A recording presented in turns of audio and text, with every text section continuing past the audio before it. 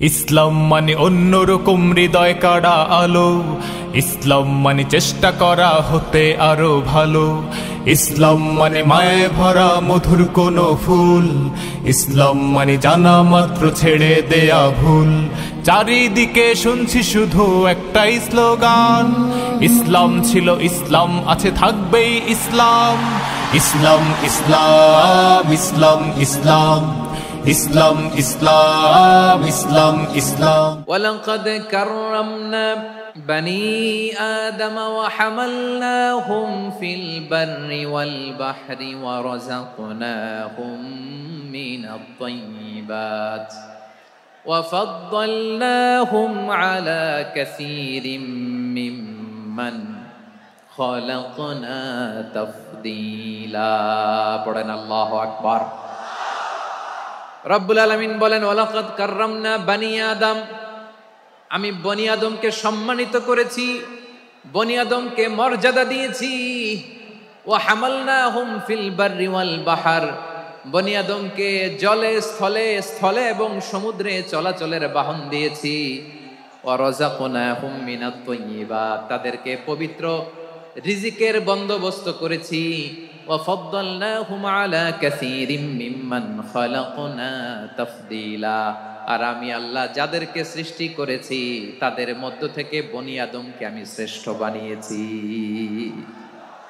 আমরা আশরাফুল মাখলুকাত, আমরা কি শ্রেষ্ঠ, সবার চেয়ে সেরা। আমাদের মতো করে আল্লাহ কাউকে বানায় নাই। দুই পায়ে ভর করে শির দ্বারা এরকম স্ট্যান্ড রেখে মাথা উঁচু করে দাঁড়াতে পারে এরকম কোন প্রাণী পৃথিবীতে আছে? এজন্য আল্লাহ বলেন, ওয়ালাকাদ কাররামনা বনি আদম, আমি বনি আদমকে সম্মানিত করেছি, তাদেরকে আমি মর্যাদা দিয়েছি। তাদেরকে আমি যত মর্যাদা দিয়েছি আমার কোন সৃষ্টিকে এত মর্যাদা দেই নাই। পড়েন সুবহানাল্লাহ। I have dignified the status of the sons of Adam, আদমের সব সন্তানের মর্যাদা আমি বাড়িয়েছি। আল্লাহ এখানে বলেননি ওয়ালাকাদ কাররামনাল মুমিনিন, আমি মুমিনের মর্যাদা বাড়িয়েছি, বলেছেন? আল্লাহ এখানে বলেন নাই ওয়ালাকাদ কাররামনাল মুসলিমিন, আমি মুসলিমের মর্যাদা বাড়িয়েছি।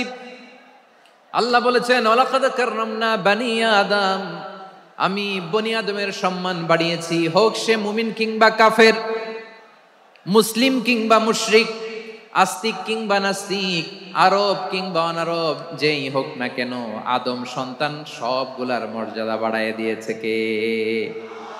সবার মর্যাদা আল্লাহ বাড়িয়েছে। মানুষ হিসেবে মর্যাদা, বিশ্বনবী সাল্লাল্লাহু আলাইহি ওয়াসাল্লাম ইহুদির লাশ দেখে দাঁড়িয়ে গেলেন। কার লাশ? ইহুদির লাশ দেখে দাঁড়ায় গেলেন। সাহাবারা বললেন, ইয়া রাসূলুল্লাহ, আপনি দাঁড়ালেন যে, এটা তো ইহুদির লাশ। বিশ্বনবী বললেন, আওয়ালাইসাত নাফসান, এটা কি মানুষ নয়? এটা হোক ইহুদি হোক খ্রিস্টান, এটা তো মানুষ। আমি মানুষ দেখে দাঁড়িয়েছি। আই স্যালিউট দ্য হিউম্যানিটি, আমি মানবতাকে সম্মান করেছি। পড়েন সুবহানাল্লাহ। তাহলে এই জমিনে মানুষের মর্যাদা বেশি, হোক আস্তিক হোক নাস্তিক, হোক মুমিন কিংবা কাফের। আদমের সন্তান হলে, মানুষ হলেই তার মর্যাদা বাড়িয়েছে কে? আমার কলিজার টুকরা যশোরের ভাইয়েরা, মানুষের মর্যাদা আল্লাহ এত বাড়িয়েছেন, মানুষ জীবিত থাকলেও যেমনি মর্যাদাবান, মরে গেলেও মর্যাদাবান। সুবহানাল্লাহ পড়েন। মানুষ মরে গেলে এই ডেড বডিটা কি হয়? পচে যায়, গলে যায়, মাটির সাথে মিশে যায়। তাই বলে আপনি ডেড বডির সাথে যাচ্ছে তাই করতে পারবেন না। পারবেন? কেউ যদি অন্যায় করে তাকে যদি আপনি শাস্তির আওতায় আনেন, যা মনে চায় করতে পারবেন না। তারা আগুন দিয়ে পোড়াতে পারবেন না, নাক কাটতে পারবেন না, কান কাটতে পারবেন না, অঙ্গ বিকৃতি করতে পারবেন না। কারণ মানব জাতির মর্যাদা স্বয়ং দিয়েছে কে? পচে যাবে, গলে যাবে। তারপরে ইসলাম বলে, না খবরদার, এই মরা লাশটারও একটা মর্যাদা আছে না নাই? ইসলাম বলে এই লাশটা গলে যাবে, পচে যাবে, কিন্তু এটার অমর্যাদা করো না। কর্পূর দিয়ে, খেজুর পাতা দিয়ে এটাকে ওয়ার্ম ওয়াটার দিয়ে, গরম পানি দিয়ে ধৌত করো। সাদা শুভ্র ধবধবে কাপড় দিয়ে লাশটাকে তুমি কাভার করো। তারপরে খাটিয়ার মধ্যে লাশটাকে রেখে বিশাল একটা প্রোগ্রাম করো, একটা ফিউনারাল প্রোগ্রাম করো। ওই প্রোগ্রামের ডানে বায়ে পেছনে লাশটারে রাখলে হবে না, প্রোগ্রামের একেবারে সামনটাতে তুমি লাশটাকে রাখো। সুবহানাল্লাহ। একটা ফিউনারাল প্রোগ্রাম করতে হবে, তাকে শেষ বিদায় জানাতে হবে, যেটাকে আমরা জানাজা বলি। কি বলি? জানাজা মানে মাইয়েতের জন্য দোয়া, তার জন্য দোয়া করা হয়। তাকে একটা সিস্টেমেটিক অর্ডারে কবরে রাখা হয়, সুন্দরভাবে সেটাকে কবরস্থ করা হয়, মাটি দেয়া হয়, পানি দেয়া হয়, তার মানে মরে গেলেও মানুষের সম্মান বাড়ায় দিয়েছে কে? এজন্য আল্লাহ বললেন ওয়ালাকাদ কাররামনা বানি আদম, বনি আদমের সম্মান মর্যাদা আমি আল্লাহ বাড়িয়ে দিয়েছি। মানুষের সম্মানে তুমি কখনো আঘাত করো না, ঠিক কিনা? তাহলে ভাই, প্রথম মেসেজ হচ্ছে the first and foremost message tonight to the people of Jessore. আল্লাহ বলেন I have dignified the status of son of Adam. আমি বনি আদম সবার মর্যাদা বাড়িয়ে দিয়েছি, হোক আস্তিক নাস্তিক, হোক কাফের কিংবা মুশরিক, তার মর্যাদা বাড়াই দিছে কে? যখন বন্যা হয় আমরা ত্রাণ নিয়ে যাই, আমরা শুধু মুসলমানদেরকে ত্রাণ দেই নাকি? হ্যাঁ, আমরা মুসলমানকেও দেই, অমুসলমানকেও দেই, হিন্দুকেও দেই, বৌদ্ধকেও দেই। যেখানেই মানবতা বিপন্ন সেখানে ইসলামের হেল্পিং হ্যান্ড আছে না নাই? সুবহানাল্লাহ, কি দিন আমরা পেয়েছি, কি বিধান আমরা পেয়েছি। ওয়ালাকাদ কাররামনা বানি আদম, আমি বনি আদমকে সম্মানিত করেছি। এরপর আল্লাহ বললেন ওয়া হামালনাহুম ফিল বাররি ওয়াল বাহর, মানুষকে স্থলে এবং সমুদ্রে চলাচলের বাহন আমি দিয়েছি। স্থলে কিভাবে চলবে, জলে কিভাবে চলবে, এই বাহনের ব্যবস্থা করেছে কে? সেন্ট্রাল থেকে, সেন্ট্রালি যে ইনস্ট্রাকশন আসবে সেই ইনস্ট্রাকশনের এক চুল আমরা ডানে বায়ে যাব না। এইটা গণজাগরণের জন্য এইটা দরকার, ইসলামী বিপ্লবের জন্য এইটা দরকার। আমি চলাচলের যানবাহনের ব্যবস্থা করেছি। আমরা স্থলে ঘোড়ার উপরে চড়ি, উটের উপরে চড়ি, গাড়ির উপরে চড়ি। এই যে গাড়ির ইঞ্জিন বানাইছি আমরা, এটার মেধা দিয়েছে কে? আবার সাগরের মধ্যে আমরা নৌযান, জলযান, বড় বড় জাহাজ দিয়ে এক মহাদেশ থেকে আরেক মহাদেশ যাই, এক দেশ থেকে মালামাল গুলো আরেক দেশে পাঠাই। সাগরের ভেতরে নৌকাগুলোরে ধরে রাখলো কে? ওয়াল ফুলকিল্লাতী তাজরি ফিল বাহরি বিমা ইয়ানফাউন নাস, মানুষের উপকার আছে এরকম সরঞ্জামাদি নিয়ে সাগরের উপরে বিশাল বিশাল জলযানগুলো চলে। এগুলো ডুবে যায় না, কাত হয়ে যায় না, পড়ে যায় না। এগুলোকে স্থিতিস্থাপকতাকে ঠিক করে রাখলো কে? আপনারা জাহাজ দেখেছেন? জাহাজ, হ্যাঁ, বাড়ি চট্টগ্রাম হইলে দেখতে পারতেন, দেখছেন? বিশাল বিশাল জাহাজ, বিশাল জাহাজ মালামাল নিয়ে এক মহাদেশ থেকে আরেক মহাদেশে যায়। গত মাসে আমার জাপান সফর ছিল। এই যে বাংলাদেশে যে গাড়িগুলো চালান, বেশিরভাগ গাড়ি আসে কিন্তু জাপান থেকে। হাজার হাজার গাড়ি একটা জাহাজ বহন করতে পারে, হাজার হাজার গাড়ি। এটারে সাগরের মধ্যে ভাসাইলো কে? সবাই বলুন, ভাসালো কে? হাজার হাজার গাড়ি নিয়ে জাপানিজ গাড়িগুলো আমাদের চট্টগ্রামের এয়ারপোর্টের বন্দরে ভিড়ে। যুক্তরাষ্ট্রে আমি দেখেছি বিশাল বিশাল জাহাজ। আপনারা টাইটানিক জাহাজের নাম শুনেছেন? টাইটানিকেরও 8 গুণ 10 গুণ বড়। সুবহানাল্লাহ কইবেন না?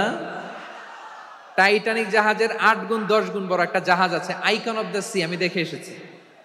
রয়্যাল ক্যারিবিয়ান দেখে এসেছি। সাগরের সামনে জেটিতে যখন দাঁড়ালাম, জাহাজটা যখন যায়, আমার মনে হচ্ছে একটা শহর, গোটা শহর, the entire city is floating on the water. পুরো একটা শহর মনে হয় পানির উপর দিয়ে ভেসে যাচ্ছে। পড়েন সুবহানাল্লাহ। এই যে আইকন অফ দ্য সি, এই ক্রুজ, এই জাহাজটা, এটার ভিতরে স্টেডিয়াম আছে। কিসের ভিতরে স্টেডিয়াম? কথা বুঝে নাই বোধহয়। স্টেডিয়াম কিসের ভিতর? সুইমিং পুল আছে, শপিং মল আছে, রেস্টুরেন্ট আছে, ক্লাব আছে, 3000 4000 রুম বিশিষ্ট, কক্ষ বিশিষ্ট হোটেল আছে। এই সবগুলোর নিয়ে এগুলো চলে সাগরের এই দোলার মধ্যে, জলোচ্ছ্বাসের মধ্যে। এই সাগরের ভেতরে এই জাহাজগুলোর ভাষায় রাখছে কে? সূরাতুর আর রহমানে আল্লাহ তাআলা বললেন ওয়ালাহুল জাওয়ারিল মুনশাআতু ফিল বাহরি কাল আ'লাম ফাবিআইয়ি আলা, সবাই পড়েন ফাবিআইয়ি আলাই রাব্বিকুমা তুকাযিবান। পাহাড় সম বড় বড় জাহাজগুলো মাল বোঝাই করে সাগরের মধ্যে ভেসে বেড়ায়। এগুলো দিয়ে মালামাল বহন করা যায়, মানুষরা এক দেশ থেকে আরেক দেশে যায়। এই জাহাজগুলোর সাগরের ভেতরে ভাসায় রাখলো কে? এই আয়াতের ভেতরে আল্লাহ তাআলা সূরাত বানী ইসরাইলের এই চমৎকার আয়াতের ভিতরে আল্লাহ তাআলা বেসিক্যালি মানব জাতির প্রতি তার 4টি স্পেশাল অনুগ্রহের কথা বলেছেন। কয়টি? 2টা বলে ফেলছি। এক নাম্বার, ওয়ালাকাদ কাররামনা বানি আদম, আমি বনি আদমের সম্মান বাড়াইছি। নাকি মুসলমানদের? নাকি মুসল্লিদের? কার সম্মান বাড়িয়েছি? বনি আদমের। তাহলে human dignity, the first part of the verse talks about the human dignity. 2 number অংশে আল্লাহ তাআলা বললেন ওয়া হামালনাহুম ফিল বাররি ওয়াল বাহর, স্থলে এবং সমুদ্রে আমি তাদের জন্য চলাচলের বাহন দিয়েছি। সুবহানাল্লাহ। তার মানে smooth movement on land and sea, জলে এবং স্থলে যাতে আমরা স্মুথলি মুভ করতে পারি আল্লাহ তাআলা দিয়েছেন। 3 নম্বরে আল্লাহ তাআলা বললেন ওয়া রাযাকনাহুম মিনাত তাইয়্যিবাত, মানুষের জন্য আমি পবিত্র রিজিকের ব্যবস্থা করেছি। জলে এবং স্থলে যত প্রাণী আছে সবগুলা প্রাণীকে রিজিক দেয় কে? আমাদেরকে রিজিক দেয় কে? সাগরের মাছগুলোকে, বড় বড় তিমি মাছগুলোরে রিজিক দেয় কে? বাতাসের মধ্যে ভেসে বেড়ানো বড় বড় পাখিগুলো, স্ক্যান্ডিনেভিয়ান কান্ট্রি থেকে লক্ষ লক্ষ কোটি কোটি পাখিগুলো যে এক দেশ থেকে আরেক দেশে ট্রান্সফার হয়, এগুলোর রিজিক দেয় কে? রব্বুল আলামিন বলেন ওয়ামা মিন দাব্বাতিন ফিল আরদি ইল্লা আলাল্লাহি রিজকুহা ওয়া ইয়ালামু মুস্তাকাররাহা ওয়া মুস্তাওদাআহা কুল্লুম ফি কিতাবিম মুবিন। আল্লাহু আকবার। রব্বুল আলামিন বলেন ভূপৃষ্ঠে বিচরণশীল যত প্রাণী আছে সব প্রাণীগুলোকে আমি আল্লাহ আমার নিজের কুদরতে রিজিকের বন্দোবস্ত করি। এই প্রাণীগুলো কোথায় থাকে, কোথায় যায়, সব জায়গায় আমি রিজিক পৌঁছে দেই। রিজিক কেউ দিতে পারে না, রিজিকের মালিক কে? রিজিকের মালিক তিনি আল্লাহ। এজন্য আল্লাহ তাআলা বললেন ওয়া রাযাকনাহুম মিনাত তাইয়্যিবাত। এরপরে আল্লাহ বললেন ওয়া ফাদ্দালনাহুম আলা কাসীরিম মিম্মান খালাকনা তাফদীলা। আমি যত প্রাণী সৃষ্টি করেছি সকল প্রাণীর মধ্যে মানুষের মর্যাদা, শ্রেষ্ঠত্ব আমি দিয়েছি। সুবহানাল্লাহ পড়েন। তাহলে 1 নম্বরে আল্লাহ বললেন আমি বনি আদমের মর্যাদা বাড়ালাম। এরপরে বললেন স্থলে এবং সমুদ্রে চলাচলের জন্য যানবাহন দিলাম। 3 নম্বরে আল্লাহ বললেন পবিত্র রিজিকের ব্যবস্থা করে দিলাম। এরপরে আল্লাহ বললেন যত প্রাণী আছে, সৃষ্টি আছে, সবগুলার উপরে আমি মানুষকে শ্রেষ্ঠত্ব দিলাম। সুবহানাল্লাহ। তাহলে সবচেয়ে বেশি শ্রেষ্ঠত্ব মানুষের। কার? মানুষের। শুধু তাই নয় প্রিয় ভাইরা, আকাশ এবং জমিনে যা কিছু আছে সবকিছু মানুষের জন্য, মানুষের কল্যাণে, মানুষের প্রয়োজনে, মানুষের বশীভূত করে সৃষ্টি করেছেন কে? রব্বুল আলামিন বলেন হুয়াল্লাযী খালাকা লাকুম মা ফিল আরদি জামিআ। এই জমিনের মধ্যে যা কিছু আমি আল্লাহ সৃষ্টি করেছি সব কিছু আমি মানুষের জন্য সৃষ্টি করেছি। পড়েন সুবহানাল্লাহ। হুয়াল্লাযী খালাকা লাকুম মা ফিল আরদি জামিআ, যা আছে সব আমাদের জন্য, সব আমাদেরকে সার্ভিস দেওয়ার জন্য, আমাদের উপকারের জন্য, আমাদের কল্যাণের জন্য। আওয়াজ করে সবাই পড়ুন আল্লাহু আকবার। অন্য আয়াতে আল্লাহ বললেন ওয়াসাখখারা লাকুম মা ফিস সামাওয়াতি ওয়া মা ফিল আরদি জামিআম মিন ইন্না ফি যালিকা লাআয়াতিন লিকাউমি ইয়াতাফাক্কারুন।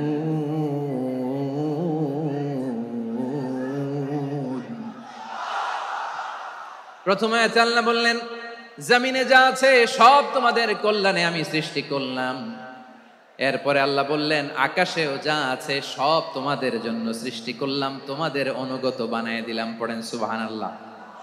মানুষের কি ব্রেইন দেখেন, মানুষ জমিন ছেড়ে আকাশে চলে যায়। পাখি দেখে মানুষের শখ হলো পাখি যেহেতু উঠতে পারে আমরাও পারবো। অরবিল রাইট, উইলবার রাইট, 2 ভাই মিলে আঁকাঝোঁকা করতে করতে করতে করতে প্লেন বানায় ফেললো। কোন সুবহানাল্লাহ। এখন পাখিও ওরে, আমরাও ওরি। এরপরেই মানুষের কৌতূহল থামে না এখানে। মানুষ চলে গিয়েছে চাঁদে। কোথায় গেছে? এখন কিন্তু চাঁদে জমি বিক্রি হয় জানেন। পৃথিবী নিয়ে মারামারি শেষ। রাশিয়া আমেরিকা এখন ধরছে চাঁদ আর মঙ্গল গ্রহ। এখন চাঁদে জমি বিক্রি হয়, মঙ্গলে জমি বিক্রি হয়। এই চাঁদ, মঙ্গল, বৃহস্পতি, শনি সব আল্লাহ তাআলা আমাদের জন্য বানিয়েছেন। সুবহানাল্লাহ পড়েন। মানুষ সাগরের উপরে চড়ে, শূন্যে ভেসে বেড়ায়, পাহাড় কেটে সুড়ঙ্গ বানায়, টানেল বানায়। মানুষ ব্রডব্যান্ডের লাইন নিয়ে যায় সাগরের ভেতর দিয়ে, এক দেশ থেকে আরেক দেশে, এক মহাদেশ থেকে আরেক মহাদেশে। সুবহানাল্লাহ পড়েন। তার মানে গোটা বিশ্বের সবকিছুর উপরে control, superiority over all creatures, সবকিছুর উপর কন্ট্রোল, মনিটরিং, নিয়ন্ত্রণ, এটা প্রতিষ্ঠা করে দিয়েছে কে? এজন্যই মানুষের শ্রেষ্ঠত্ব। ওয়ালাকাদ কাররামনা বানি আদম, আমি বনি আদমের সম্মান বাড়িয়েছি, মর্যাদা আমি বাড়িয়ে দিয়েছি এই কারণে, কারণ মানুষ সবকিছুর উপর নিয়ন্ত্রণ নিতে পারে। মানুষকে নিয়ে এই কোরআনের সব আলোচনা, মানুষকে নিয়ে এই কোরআনের সব। তাই কোরআনের কেন্দ্রীয় আলোচ্য বিষয় হচ্ছে মানুষ। কোরআনের কেন্দ্রীয় আলোচ্য বিষয় কি? যশোরের ভাইয়েরা বুঝে থাকলে সবাই বলবেন, কোরআনের কেন্দ্রীয় আলোচ্য বিষয় কি?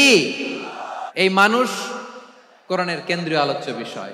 মানুষকে আল্লাহ স্বাধীনতা দিয়েছেন। ফামান শাআ ফালইউমিন ওয়া মান শাআ ফালইয়াকফুর। চাইলে মুমিন হতে পারো, চাইলে কাফের হতে পারো, তোমার ইচ্ছা। তবে জেনে রাখো, মুমিন হলে পাবা জান্নাত, কাফির হলে পাবা জাহান্নাম। নাও দ্য ডিসিশন ইজ ইয়ার্স। সিদ্ধান্ত তোমার, জান্নাতে যাবা না জাহান্নামে যাবা।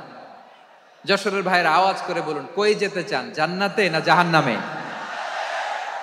ডান দিকে না বাম দিকে? ডানপন্থী না বামপন্থী? চিল্লাচিল্লি না চুপচাপ? মানুষ চাইলে অনেক ভালো হইতে পারে, ভালোর রাস্তাও খোলা, খারাপ হওয়ার রাস্তাও খোলা। ভালো হইলে মানুষ অনেক ভালো, খারাপ হইলে অনেক খারাপ। ভালো হইলে সবচেয়ে ভালো, খারাপ হইলে সবচেয়ে খারাপ।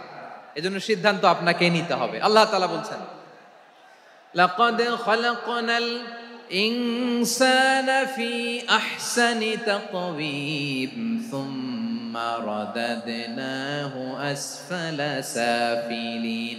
আমি মানুষকে অনেক সুন্দর অবয়বে, সুন্দর আকৃতিতে সৃষ্টি করেছি। তার শুধু চেহারার ডিজাইনটাই সুন্দর নয়, তার ব্রেনটা বড্ড সুন্দর, তার মানসিকতা বড্ড সুন্দর, তার সৃজনশীলতা বড্ড সুন্দর। পড়েন সুবহানাল্লাহ। আমাদের চেহারা, অবয়ব, ডিজাইন যে সুন্দর তা না, আমাদের ব্রেনটা অনেক সফিস্টিকেটেড ব্রেন, অনেক সফিস্টিকেটেড। এই 1.5 কেজি ব্রেন ইউজ করে মানুষ গোটা বিশ্বে সভ্যতা বিনির্মাণ করেছে, ঠিক কিনা? এই ব্রেন আল্লাহ তাআলা আমাকে দিয়েছে। এটারে কাজে লাগালে, আপনার 6 সেন্স কাজে লাগালে আপনি অনন্য মানুষ হয়ে উঠবেন, মহামানবে রূপান্তরিত হবেন। মানুষ হতে পারে, চাইলেই মহামানব হতে পারে। আবার যদি মানুষ চায় খারাপও হতে পারে। আল্লাহ বললেন শুধু ভালোই না, ভালো হতে চাইলে অনেক ভালো তুমি হতে পারো, আবার খারাপ হতে চাইলে অনেক খারাপ তুমি হতে পারো। সুম্মা রাদাদনাহু আসফালা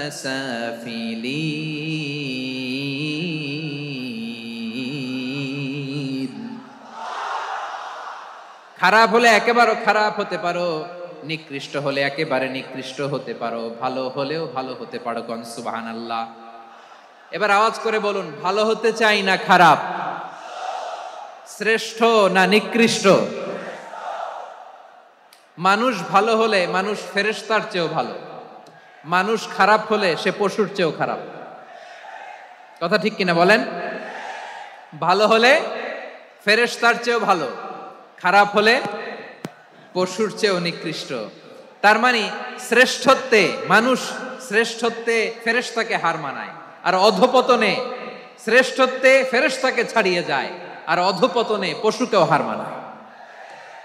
আই রিপিট, আমি আবারও বলছি, মানুষ শ্রেষ্ঠত্বে ফেরেশতাকে ছাড়িয়ে যায়, আর অধপতনে সে পশুকেও হার মানায়। আওয়াজ করে বলতে হবে ঠিক কিনা? এটার প্রমাণ কি? মানুষ শ্রেষ্ঠ হইলে যে ফেরেশতার চেয়েও সেরা, তার প্রমাণ কি? আল্লাহ তাআলা বলছেন, ওয়া ইয কুলনা লিল মালাইকাতি ইসজুদু লি আদম ফাসাজাদু ইল্লা ইবলিস আবা ওয়াস্তাকবারা ওয়া কানা মিনাল কাফিরিন। আল্লাহ বলেন, স্মরণ করো সে সময়ের কথা যখন আমি ফেরেশতাদেরকে বললাম, ও ফেরেশতারা আদমকে সেজদা দাও। সব ফেরেশতারা সম্মান সূচক সেজদা আদমকে দিল। তারা আদমের জন্য সেজদায় লুটিয়ে পড়লো, একজন ছাড়া, তার নাম ইবলিস। আওয়াজ করে বলেন, তার নাম কি? সে অহংকার প্রদর্শন করলো, সে কাফের হয়ে গেল, বাকি সব ফেরেশতারা সেজদা দিল। সুবহানাল্লাহ। আবার আদম আলাইহিস সালামকে আল্লাহ জিজ্ঞেস করলেন, সব বলে দিল উত্তর, কিন্তু ফেরেশতাদেরকে একই প্রশ্ন জিজ্ঞেস করলেন, তারা উত্তর করতে পারে নাই। তার মানে এর মধ্য দিয়ে প্রমাণিত হয়, মানুষ ভালো হলে ফেরেশতার চেয়েও ভালো, ফেরেশতার চেয়েও মানুষের মর্যাদা বাড়িয়ে দিয়েছে কে? সব নূরের ফেরেশতা যখন মাটির আদমকে সেজদা দেয়, এটা প্রমাণ করে ফেরেশতার চেয়েও মানুষের মর্যাদা বাড়িয়ে দিয়েছে কে? তুমি মাটির আদমকে প্রথম সৃষ্টি করিয়া ঘোষণা করিয়া দিলে শ্রেষ্ঠ বলিয়া, তাই তো নূরের ফেরেশতা করে আদমকে সেজদা। ঠিক কিনা বলেন? তাই তো নূরের ফেরেশতা করে আদমকে সেজদা, সবার চেয়ে সম্মান দিলে মাটির আদমকে। আল্লাহু আল্লাহু তুমি জাল্লে জালালুহু, শেষ করা তো যায় না গে তোমার গুণগান। পড়েন না? পড়েন। আল্লাহু আল্লাহু তুমি জাল্লে জালালুহু, শেষ করা তো যায় না গে তোমার গুণগান। আল্লাহু আল্লাহু আল্লাহু আকবার। আদমের মর্যাদা বেশি, মানুষের মর্যাদা বেশি, মানুষ শ্রেষ্ঠ তার প্রমাণ নূরের ফেরেশতা মাটির আদমকে সেজদা করে আওয়াজ করে বলেন ঠিক কি না? তাহলে মানুষ ভালো হলে ফেরেশতার চেয়ে ভালো। আবার মানুষ যদি খারাপ হয়, সে পশুর চেয়েও খারাপ, অধপতনে পশুত্বকে হার মানায়। তার প্রমাণ কি? তার প্রমাণ হচ্ছে যশোরের ভাইরা দেখবেন পত্রিকায়, নিউজ পেপারে মাঝে মাঝে এরকম দেখা যায়, এক মানুষ আরেক মানুষকে হত্যা করে। দেখেন, মানুষ যদি খারাপ হয় সে পশুকেও হার মানায়। চিল্লায় বলো ঠিক কি না? এমনও দুশ্চরিত্র মানুষ আছে যার নজর থেকে 6 মাসের ছোট্ট মেয়ে থেকে শুরু করে 80 বছরের বৃদ্ধারাও নিরাপদ নয়। প্রিয় ভাইয়েরা, চোখ কান নাক মুখ থাকলেই মানুষ না। যা সামনে দেখেন এগুলো সব মানুষ না, এগুলো জনসংখ্যা। এগুলো কি? সবাই বলুন, এগুলো কি? বাড়ছে জনসংখ্যা, কমছে মানুষ। বাড়ছে জনসংখ্যা, কমছে। এই দুনিয়া এখন তো সেই দুনিয়া নাই, মানুষ নামের মানুষ আছে, দুনিয়া বোঝাই, সেই মানুষের ভিড়ে আমার আসল মানুষ নাই। ঠিক কিনা? আসল মানুষের বড্ড অভাব, আসল মানুষের বড্ড অভাব। আমার ভাইয়েরা, মানুষ খারাপ হলে পশুকেও হার মানায়। যে বাবাকে মেরে, স্বামীকে মেরে স্ত্রীকে বিধবা বানায়, তারও ঘরে স্ত্রী আছে। তাহলে আমরা বুঝলাম মানুষ ভালো হলে অনেক ভালো, খারাপ হলে অনেক খারাপ। ও আমার কলিজার টুকরা যশোরের ভাইয়েরা, আসুন না 3 দিন ব্যাপী এই তাফসিরুল কোরআনের ঐতিহাসিক প্রোগ্রাম থেকে আমরা সিদ্ধান্ত নেই, আমরা ভালো মানুষ হব নাকি খারাপ মানুষ হব। কলিজা থেকে, প্রাণ থেকে আওয়াজ করে সবাই বলুন, ভালো মানুষ নাকি খারাপ মানুষ? ভালো মানুষ হইতে হবে।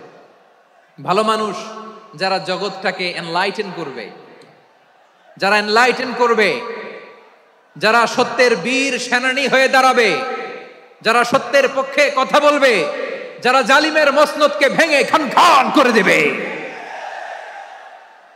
এরকম হওয়ার দরকার আছে না নাই? এরকম ভালো মানুষ আমরা হতে চাই কি চাই না? মানুষকে যত্ন নিলে মানুষ যে কত ভালো হয় আপনি কল্পনাও করতে পারবেন না। এই যে আপনাদের যশোরে যে ভালো ছেলেগুলো আছে, যে ভালো তরুণগুলো আছে, যে যুবকগুলো আছে, যে ভালো আলেমরা আছে, ভালো নেতারা আছে, সবাই যদি তাদের মতো হতো, পুরো যশোরটা একটা জান্নাতের টুকরা হয়ে যেত। আওয়াজ করে বলেন ঠিক কি না? মানুষকে নার্চারিং করলে, মানুষকে পলিশ করলে, মানুষকে গ্রুমিং করলে, মানুষকে সঠিক তারবিয়া দিলে মানুষ অনন্য হয়ে ওঠে। প্রতিটি মানুষ অনন্য। আমি অনন্য, আপনি অনন্য, আমরা সবাই অনন্য। সুবহানাল্লাহ বলেন। মানুষকে আল্লাহ তাআলা দিয়েছেন অসীম ক্ষমতা, অসীম ক্ষমতা। সুবহানাল্লাহ। একটা মানুষ পারে না এমন কিছু নাই, একটা মানুষ পারে না এমন কিছু নাই। বিশ্বাস করতে হবে, মানুষ যা কল্পনা করতে পারে ওইটা মানুষ করে দেখাতে পারে। তুমি তোমার কল্পনার রাজ্যকে সাজাও, তোমাকে হারাতে পারে এমন কোন শক্তি আল্লাহর জমিনে নাই। তোমার কি শক্তি, কি সম্ভাবনা তুমি জানোই না মিয়া। তুমি এদিকে তাকাও কেন? তোমার রাস্তা তো ওই দূরে। প্ল্যান বিগ, ড্রিম বিগ, কল্পনার শক্তিকে বড় করো। মানুষ যা কল্পনা করতে পারে মানুষ তা করে দেখাতে পারে। মানুষের কাছে অসাধ্য কিছু নাই মৃত্যু ছাড়া, এক্সেপ্ট ডেথ। মৃত্যু ছাড়া মানুষ সবকিছুকে জয় করতে পারে। মৃত্যু ছাড়া যে কোনো অসাধ্যকে সাধন করার ক্ষমতা মানুষকে দিয়ে দিয়েছে কে? হারার জন্য তোমার জন্মই হয় নাই, তোমার জন্ম হয়েছে জিতার জন্য, বিজয়ের জন্য তোমার জন্ম। মানুষের শুরুটাই হয় বিজয় দিয়ে। যশোর, আওয়াজ করে বলো, মানুষের শুরু হয় কি দিয়ে? আমরা যখন আমার পিতার পৃষ্ঠদেশে ছিলাম, পিতার পৃষ্ঠদেশ থেকে শুক্রাণু যখন মায়ের গর্ভদেশে যেয়ে পড়ে, কতটা শুক্রাণু ভ্রমণ শুরু করে জানো? 20 কোটি শুক্রাণু। একবার সিমেন আউট হলে সেখানে 20 কোটি শুক্রাণু থাকে, ভ্রমণ শুরু করে। ওই 20 কোটি শুক্রাণুর মধ্যে থেকে তুমি আমি আজকে এক বিকশিত শুক্রাণু মানব রূপে পৃথিবীতে এসেছি। সুবহানাল্লাহ। ওই 20 কোটি শুক্রাণুর প্রতিযোগিতায় সবাইরে পেছনে ফেলে সেদিন আমি সফল হয়েছিলাম, সেদিন আমি বিজয়ী হয়েছিলাম। সেদিন আমি এত ছোট ছিলাম, মাইক্রোস্কোপ দিয়েও আমার অস্তিত্ব টের পাওয়া যায় না। আমি এত তুচ্ছ ছিলাম, নগণ্য ছিলাম। আমার কান ছিল না, আমার চোখ ছিল না, আমার হাত ছিল না, আমার জন্য রিকমেন্ডেশন করার মতো মামু ছিল না, খালা ছিল না, কেউ ছিল না। তারপরেও ওই প্রতিযোগিতায়, ওই কম্পিটিশনে যখন আমারে কেউ হারাতে পারে নাই, আল্লাহর জমিনেও আমারে কেউ হারাতে পারে না। হারার জন্য তোমার জন্মই হয় নাই, তুমি আসছোই জিতার জন্য। সুবহানাল্লাহ। বিশ্বনবী বলেন, আন্নাসু মাআদিন কামাআদিনি যাহাবি ওয়াল ফিদ্দা খিয়ারুহুম ফিল জাহিলিয়াতি খিয়ারুহুম ফিল ইসলাম। Peoples are like mines of gold and silver. সোনার খনি, রূপার খনি, এর চেয়ে বড় খনি হচ্ছে এই মানব সম্পদের খনি। আওয়াজ করে বলেন আল্লাহু আকবার। আল্লাহ তাআলা এই সম্পদ আমাদেরকে দিয়েছে। বিশ্বনবী বলেন, মানুষ হচ্ছে খনির মতো। খিয়ারুহুম ফিল জাহিলিয়াতি খিয়ারুহুম ফিল ইসলাম। জাহিলি যুগে যারা সেরা, ইসলামেও তারা সেরা। ইদা ফাকুহু, যদি তারা বুঝবান হয় তাহলে তাদেরকে সেরা বানায় দিবে কে? তাহলে মানুষের চেয়ে সেরা কেউ হতে পারে? মানুষের চেয়ে অনন্য কেউ হতে পারে? মানুষকে কেউ হারাতে পারে? আওয়াজ করে বলো, তোমাকে কেউ হারাতে পারবে? এই সাহস জাগছে আজকের আলোচনা থেকে। আমি তুমি অনন্য, আমাকে তোমাকে হারায় দেওয়া এত সহজ না, ঠিক কিনা? একটা কথা জীবনের সাথে সেট করে নিতে হবে, আমি জিতি নয় শিখি, আমি কখনো হারি না। জীবনের সাথে সেট করে নাও, জেনজি অফ জেসর, আমি কখনো হারি না, আমি হয় জিতি নয় শিখি। চিল্লায় বলো ঠিক কিনা? আমি কখনো হারি না, আমার হারানো এত সোজা না। কি সাহস জাগছে? বুকে সাহস জাগছে? তাকবীর পড়ো, লিল্লাহে তাকবীর। তাহলে বিশ্বনবী বললেন, নাসু মাআদিন, মানুষ হচ্ছে খনি। এই ধাক্কা ধাক্কি, আমি জানি এগুলো ভালোবাসার ধাক্কা ধাক্কি, এজন্য আমি সহ্য করে নেই। এগুলো যে ভালোবাসার ধাক্কা ধাক্কি এটা আমরা বুঝি। পৃথিবীর কোন আইন, সিকিউরিটি প্রটোকল দিয়ে এটারে মানানো যাবে না, কারণ এটা তো ভালোবাসা, লাভ। লাভ কোনো আইন কানুন দিয়ে বাধা যায় না, মানানো যায় না, ঠিক কিনা বলো? আল নাসু মাআদিন, মানুষ হচ্ছে খনি। এই খনির যত্ন নিতে হবে। আমার মা বাবা যারা এসেছেন, আপনার ছেলে মেয়ের যত্ন নেন। আপনার ছেলের মধ্যে যে কি পটেনশিয়াল আপনি জানেন না। আপনার এই ছোট্ট অবুজ ছেলেটাই আগামী দিনের শায়েখ আহমদুল্লাহ হবে। আপনার হেফজখানায় পড়া ওই ছোট্ট ছেলেটাই আগামী হক হবে।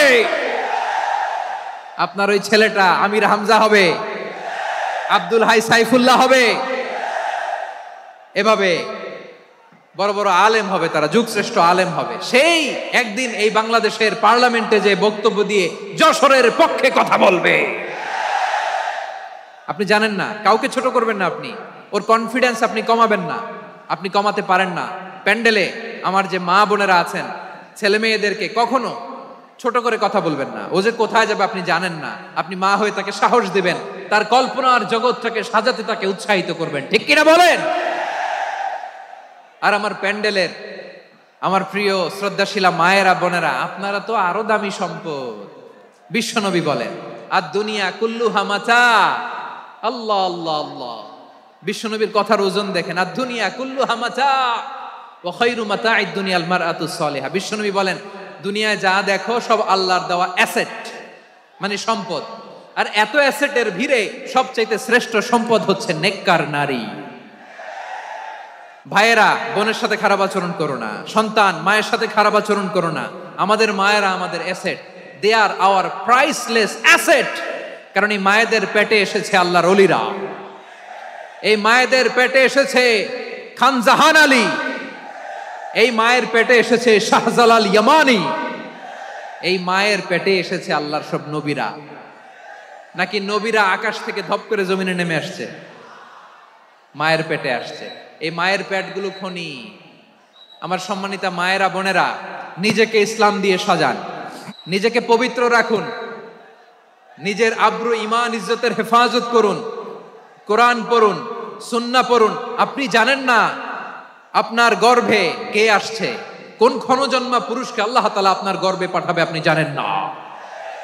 মায়েরা নিজেদেরকে পবিত্র রাখুন, ইসলাম চর্চা করুন, কোরআন চর্চা করুন, নৈতিকতা দিয়ে নিজেকে সাজান। যশোরের জেনজি, নিজেদেরকে প্রস্তুত রাখো আগামীর বাংলাদেশের জন্য। নৈতিকতা, মোরালিটি, ভ্যালিউজ দিয়ে নিজেকে সাজাও, ইসলাম দিয়ে নিজেকে সাজাও। কারণ আগামীর বাংলাদেশ ইসলামের বাংলাদেশ। বাংলাদেশের আসল পরিচয় ইসলাম। বাংলাদেশের আসল পরিচয় কি? বাংলাদেশের আসল পরিচয় কি?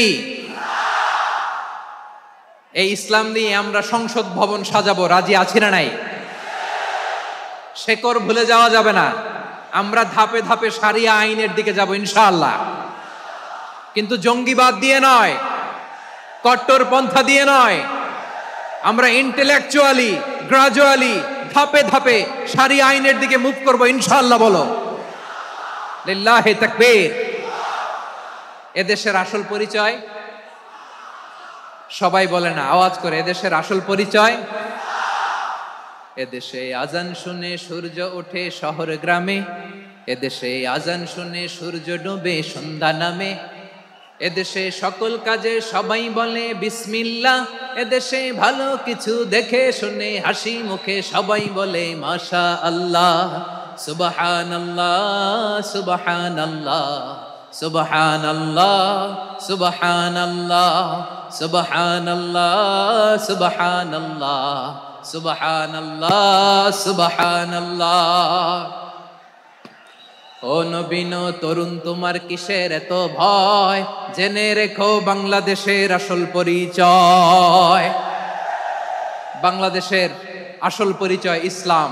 আওয়াজ তুলে বলো, আসল পরিচয় কি?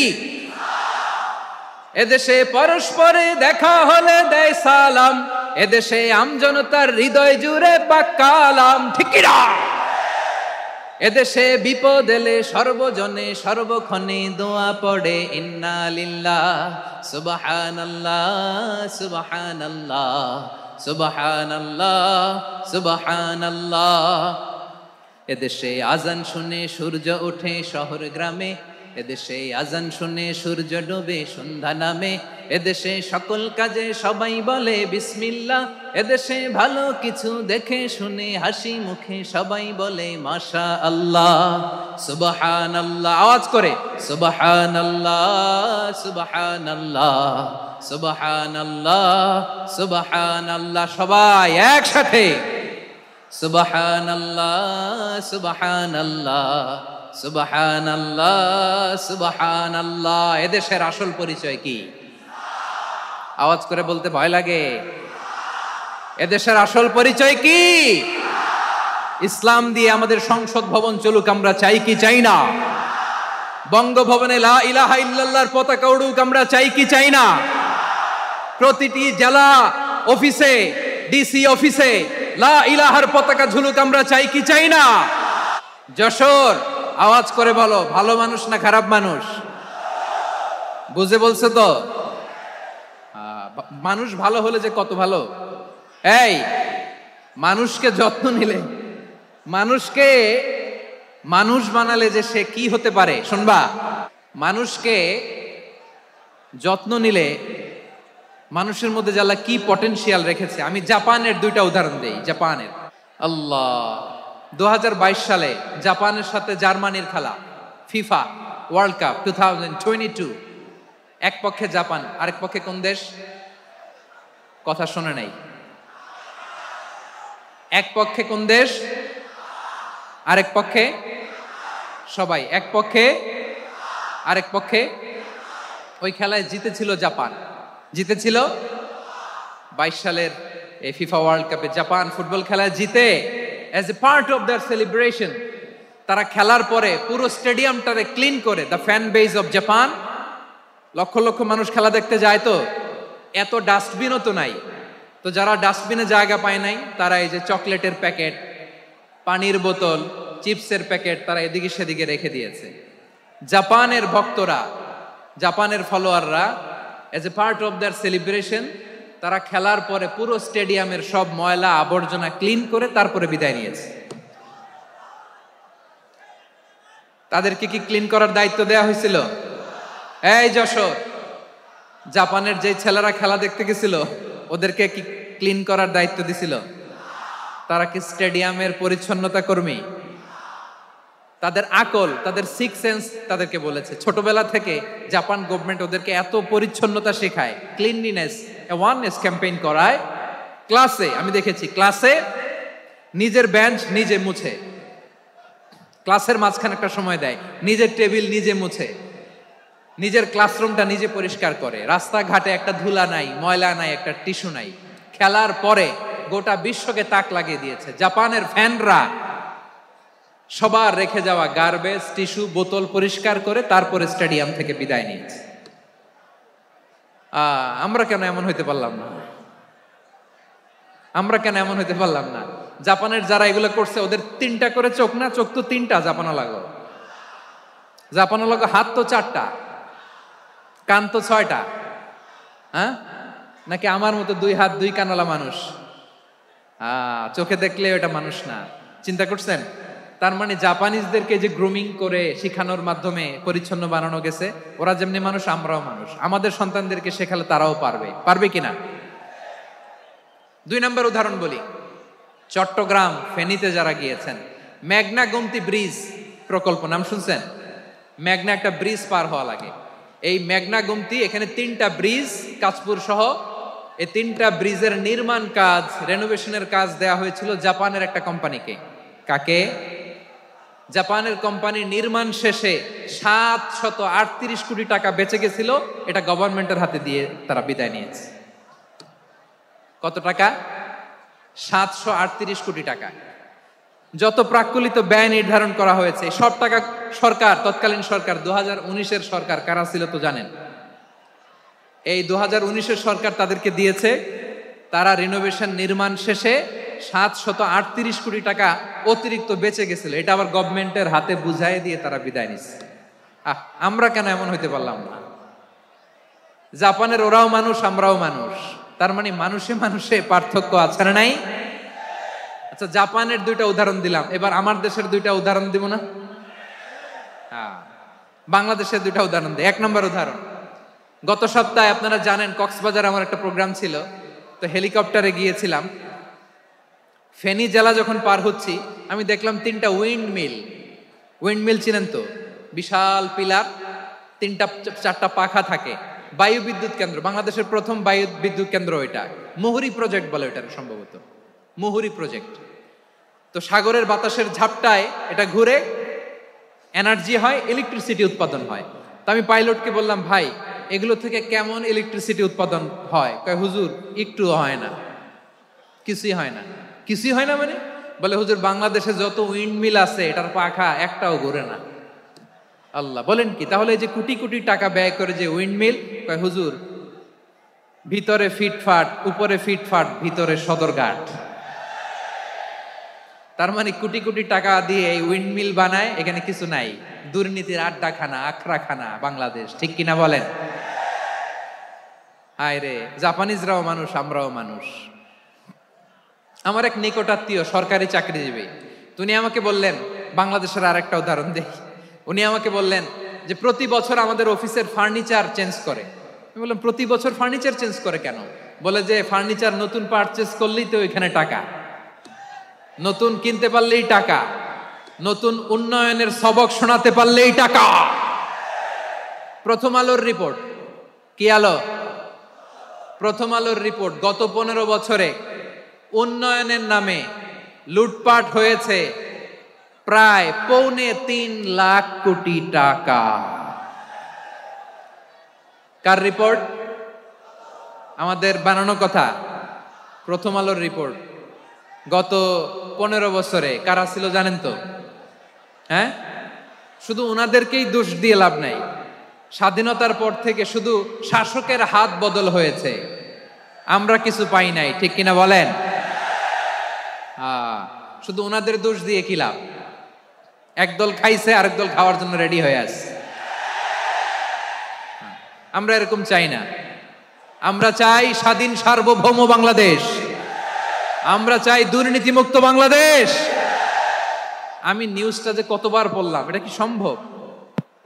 3.25 লাখ কোটি টাকা লুটপাট, মানে লুটপাট করতে করতে এদেশের জনগণকে ফুটপাতে বসায় দিচ্ছে।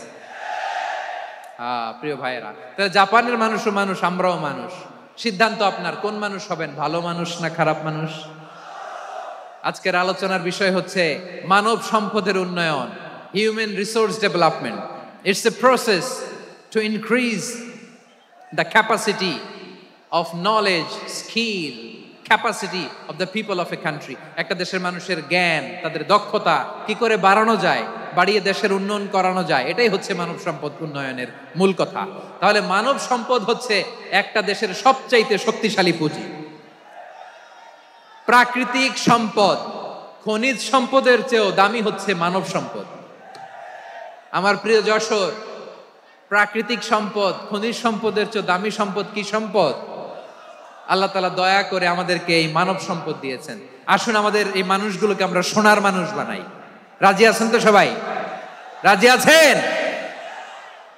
মানুষ পারে না এমন কোনো কিছু নাই, চাইলে সব পারে। এজন্য মানুষকে তারবিয়া দিতে হবে, যথাযথভাবে তাদেরকে গড়তে হবে। আসুন আমরা সিরাতের আয়নায় বিশ্বনবীর জীবনী থেকে দেখি তিনি কিভাবে হিউম্যান রিসোর্সকে ম্যানেজ করতেন, বিশ্বনবী কিভাবে এই মানব সম্পদকে ম্যানেজ করতেন। বিশ্বনবী he was a very good talent hunter, চৌকস ট্যালেন্ট হান্টার ছিল। কার মধ্যে কি ট্যালেন্ট আছে দেখলেই বুঝে ফেলতেন। সুবহানাল্লাহ পড়বেন না? কি নবী আমরা পেয়েছি! He was a very good talent hunter. আমার নবী তিনি চৌকস ট্যালেন্ট হান্টার ছিলেন। কার মধ্যে কি প্রতিভা বের করতেন, ওই প্রতিভাকে ইসলামের কল্যাণে কাজে লাগাতেন। সুবহানাল্লাহ বলেন। যাকে যেই জায়গায় সেট করলে ভালো হবে তাকে ওই জায়গায় সেট করতেন। কয়েকজন সাহাবীর জীবনী শোনাই। আবু মাহজুরা রাদিয়াল্লাহু তাআলা আনহু, মক্কার মুয়াজ্জিন, আগে ছিল মুশরিক, পরে হইছে মুমিন। উনি কিভাবে মুমিন হইলেন এই ঘটনাটা একটু আপনাদের শোনাতে চাই। হুনাইনের যুদ্ধ, 8ম হিজরি, বিষ্ণু ঈসা ইসলাম হুনাইনের যুদ্ধ শেষে ফিরতেছেন। পথিমধ্যে বেলাল রাদিয়াল্লাহু তাআলা আনহু, 8ম হিজরি। কত হিজরি? সবাই বলেন না একটু, কত হিজরি? 8ম হিজরিতে হুনাইনের যুদ্ধে রাসূল সাল্লাল্লাহু আলাইহি ওয়াসাল্লাম ফিরে আসতেছেন মদিনায়। পথিমধ্যে বেলাল রাদিয়াল্লাহু তাআলা আনহু আজান দিচ্ছেন। কি দিচ্ছেন? তো পাশে ছিল মুশরিকদের একটা পল্লী, কিছু মুশরিক তরুণ, কিছু অমুসলিম কিশোর, তারা আজানকে ব্যঙ্গ করতেছে। আমাদের বাংলায় মুখ ভেঙ্গানো বলে আর কি। বেলাল রাদিয়াল্লাহু তাআলা আনহু আজান দিচ্ছেন, ওই বাচ্চাগুলো মুশরিক তো, ওরা আজানকে ব্যঙ্গ করতেছে, বিকৃতি করে ওরাও আজান দিচ্ছে। উদ্দেশ্য হচ্ছে আজানকে নিয়ে ঠাট্টা করা। উদ্দেশ্য, ব্যাপারটা মনে কষ্ট পাওয়ার মতো ব্যাপার না? কিন্তু বিশ্বনবী ওইখানে দেখেন কি খুঁজলেন। বিশ্বনবী খেয়াল করলেন অমুসলিম কিশোরদের মধ্য থেকে একটা কিশোরের গলাটা বড় দরাজ গলা, কণ্ঠটা বড় সুন্দর। খেয়াল করে দেখলেন যে কিছু কিশোর বেলালের আজানকে ব্যঙ্গ করে, বিকৃতি করে, কিন্তু একজনের কণ্ঠ দেখতে পাচ্ছেন না এত দূরে, কিন্তু কণ্ঠটা বড় সুন্দর, দরাজ গলা। বিশ্বনবী সাহাবীদেরকে বললেন, ধরো এগুলারে, ধরো। সবগুলারে ধরে বিশ্বনবীর সামনে আনা হলো। ওরা হাঁটু গেড়ে বসলো। বিশ্বনবী বললেন, তোমাদের মধ্যে কে যেন ব্যঙ্গ করে আজান দিচ্ছিল, তার গলাটা বড় উঁচু, গলার বেসটা বড় মজবুত, মেলোডিয়াস, সুমধুর কণ্ঠ, কে? আবু মাহজুরা বলে আমার বন্ধুরা সবাই আমার দিকে আঙ্গুল দেখায়, আমি পড়ে গেছি বিপদে। রাসূল সাল্লাল্লাহু আলাইহি ওয়াসাল্লাম বাকি অমুসলিম তরুণদেরকে ছেড়ে দিলেন, বললেন তোমরা যাও। এবার আবু মাহজুরারে পাইছে। আবু মাহজুরার চুলের মধ্যে হাত দিলেন বিশ্বনবী, মাথায় হাত দিয়ে বললেন এবার আজান দাও দেখি। আবু মাহজুরা বলে আমি তো আজান দিতে জানি না, কারণ আমি তো বেলালেরটা শুইনা দিছি, আমার তো মুখস্থ নাই, আমি তো আজান দিতে জানি না। বিশ্বনবী বললেন জানো না, তাহলে আসো আমি তোমারে শিখাই দেই। সুবহানাল্লাহ পড়ে। আবু মাহজুরা হাঁটু গেড়ে বসে, বিশ্বনবীর মোবারক হাত আবু মাহজুরার চুলের মধ্যে। বিশ্বনবী আজানের মুআল্লিম আবু মাহজুরাকে বলতেছে ঠিক আছে তোমারে শিখাই দিচ্ছি, আমি যা যা বলবো আমার সাথে সাথে বলো, পারবা? আবু মাহজুরা বলে পারবো। বিশ্বনবী আজান দিচ্ছেন মাথায় হাত দিয়ে, আল্লাহু আকবার আল্লাহু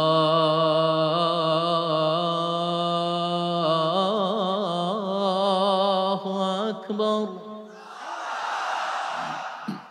আবু মাহজুরা এই বাক্যটা পড়লেন। বিশ্বনবী দ্বিতীয় বাক্য পড়তে আরম্ভ করলেন, আল্লাহু আকবার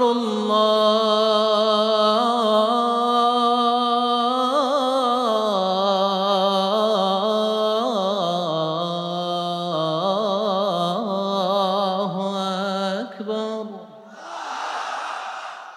আবু মাহজুরা এই বাক্যটা বললেন। বিশ্বনবী আবু মাহজুরার মাথার মধ্যে হাত দিয়ে তৃতীয় বাক্য পড়লেন, আশহাদু আল্লা ইলাহা ইল্লাল্লাহ।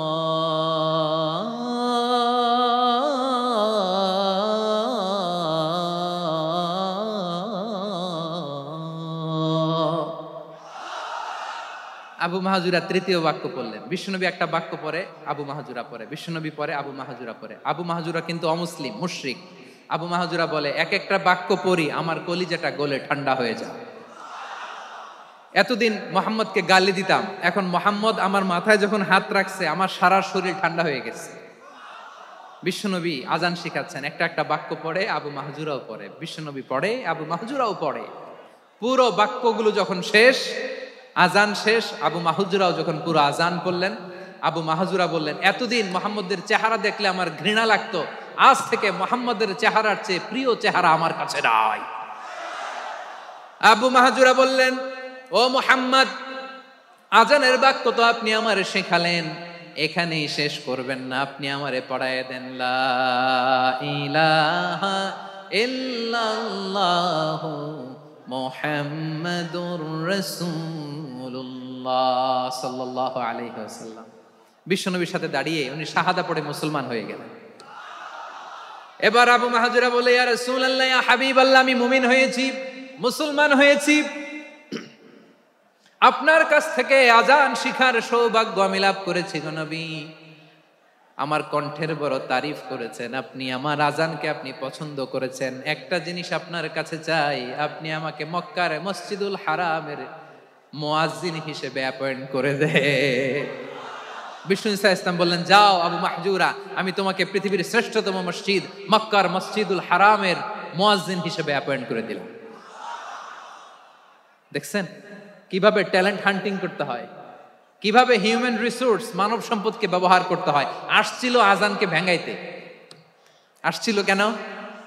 আজানকে ব্যঙ্গ করার জন্য, বিকৃত করার জন্য। আজানকে বিকৃত করতে যে ইসলামের সবচেয়ে শ্রেষ্ঠ মসজিদের মুয়াজ্জিন হয়ে গেল। পড়েন সুবহানাল্লাহ।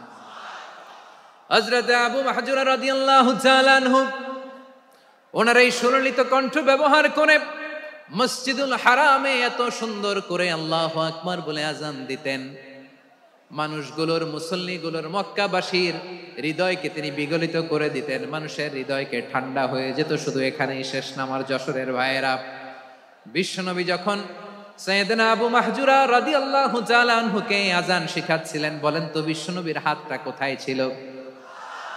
আবু মাহজুরার মাথার সামনে, এই চুলের উপরে ছিল।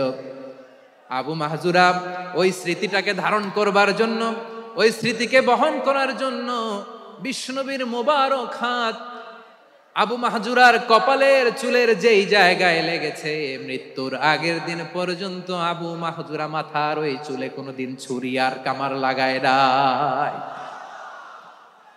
সেখানে কেচি লাগায় নাই, চুলের মধ্যে খুর লাগায় নাই।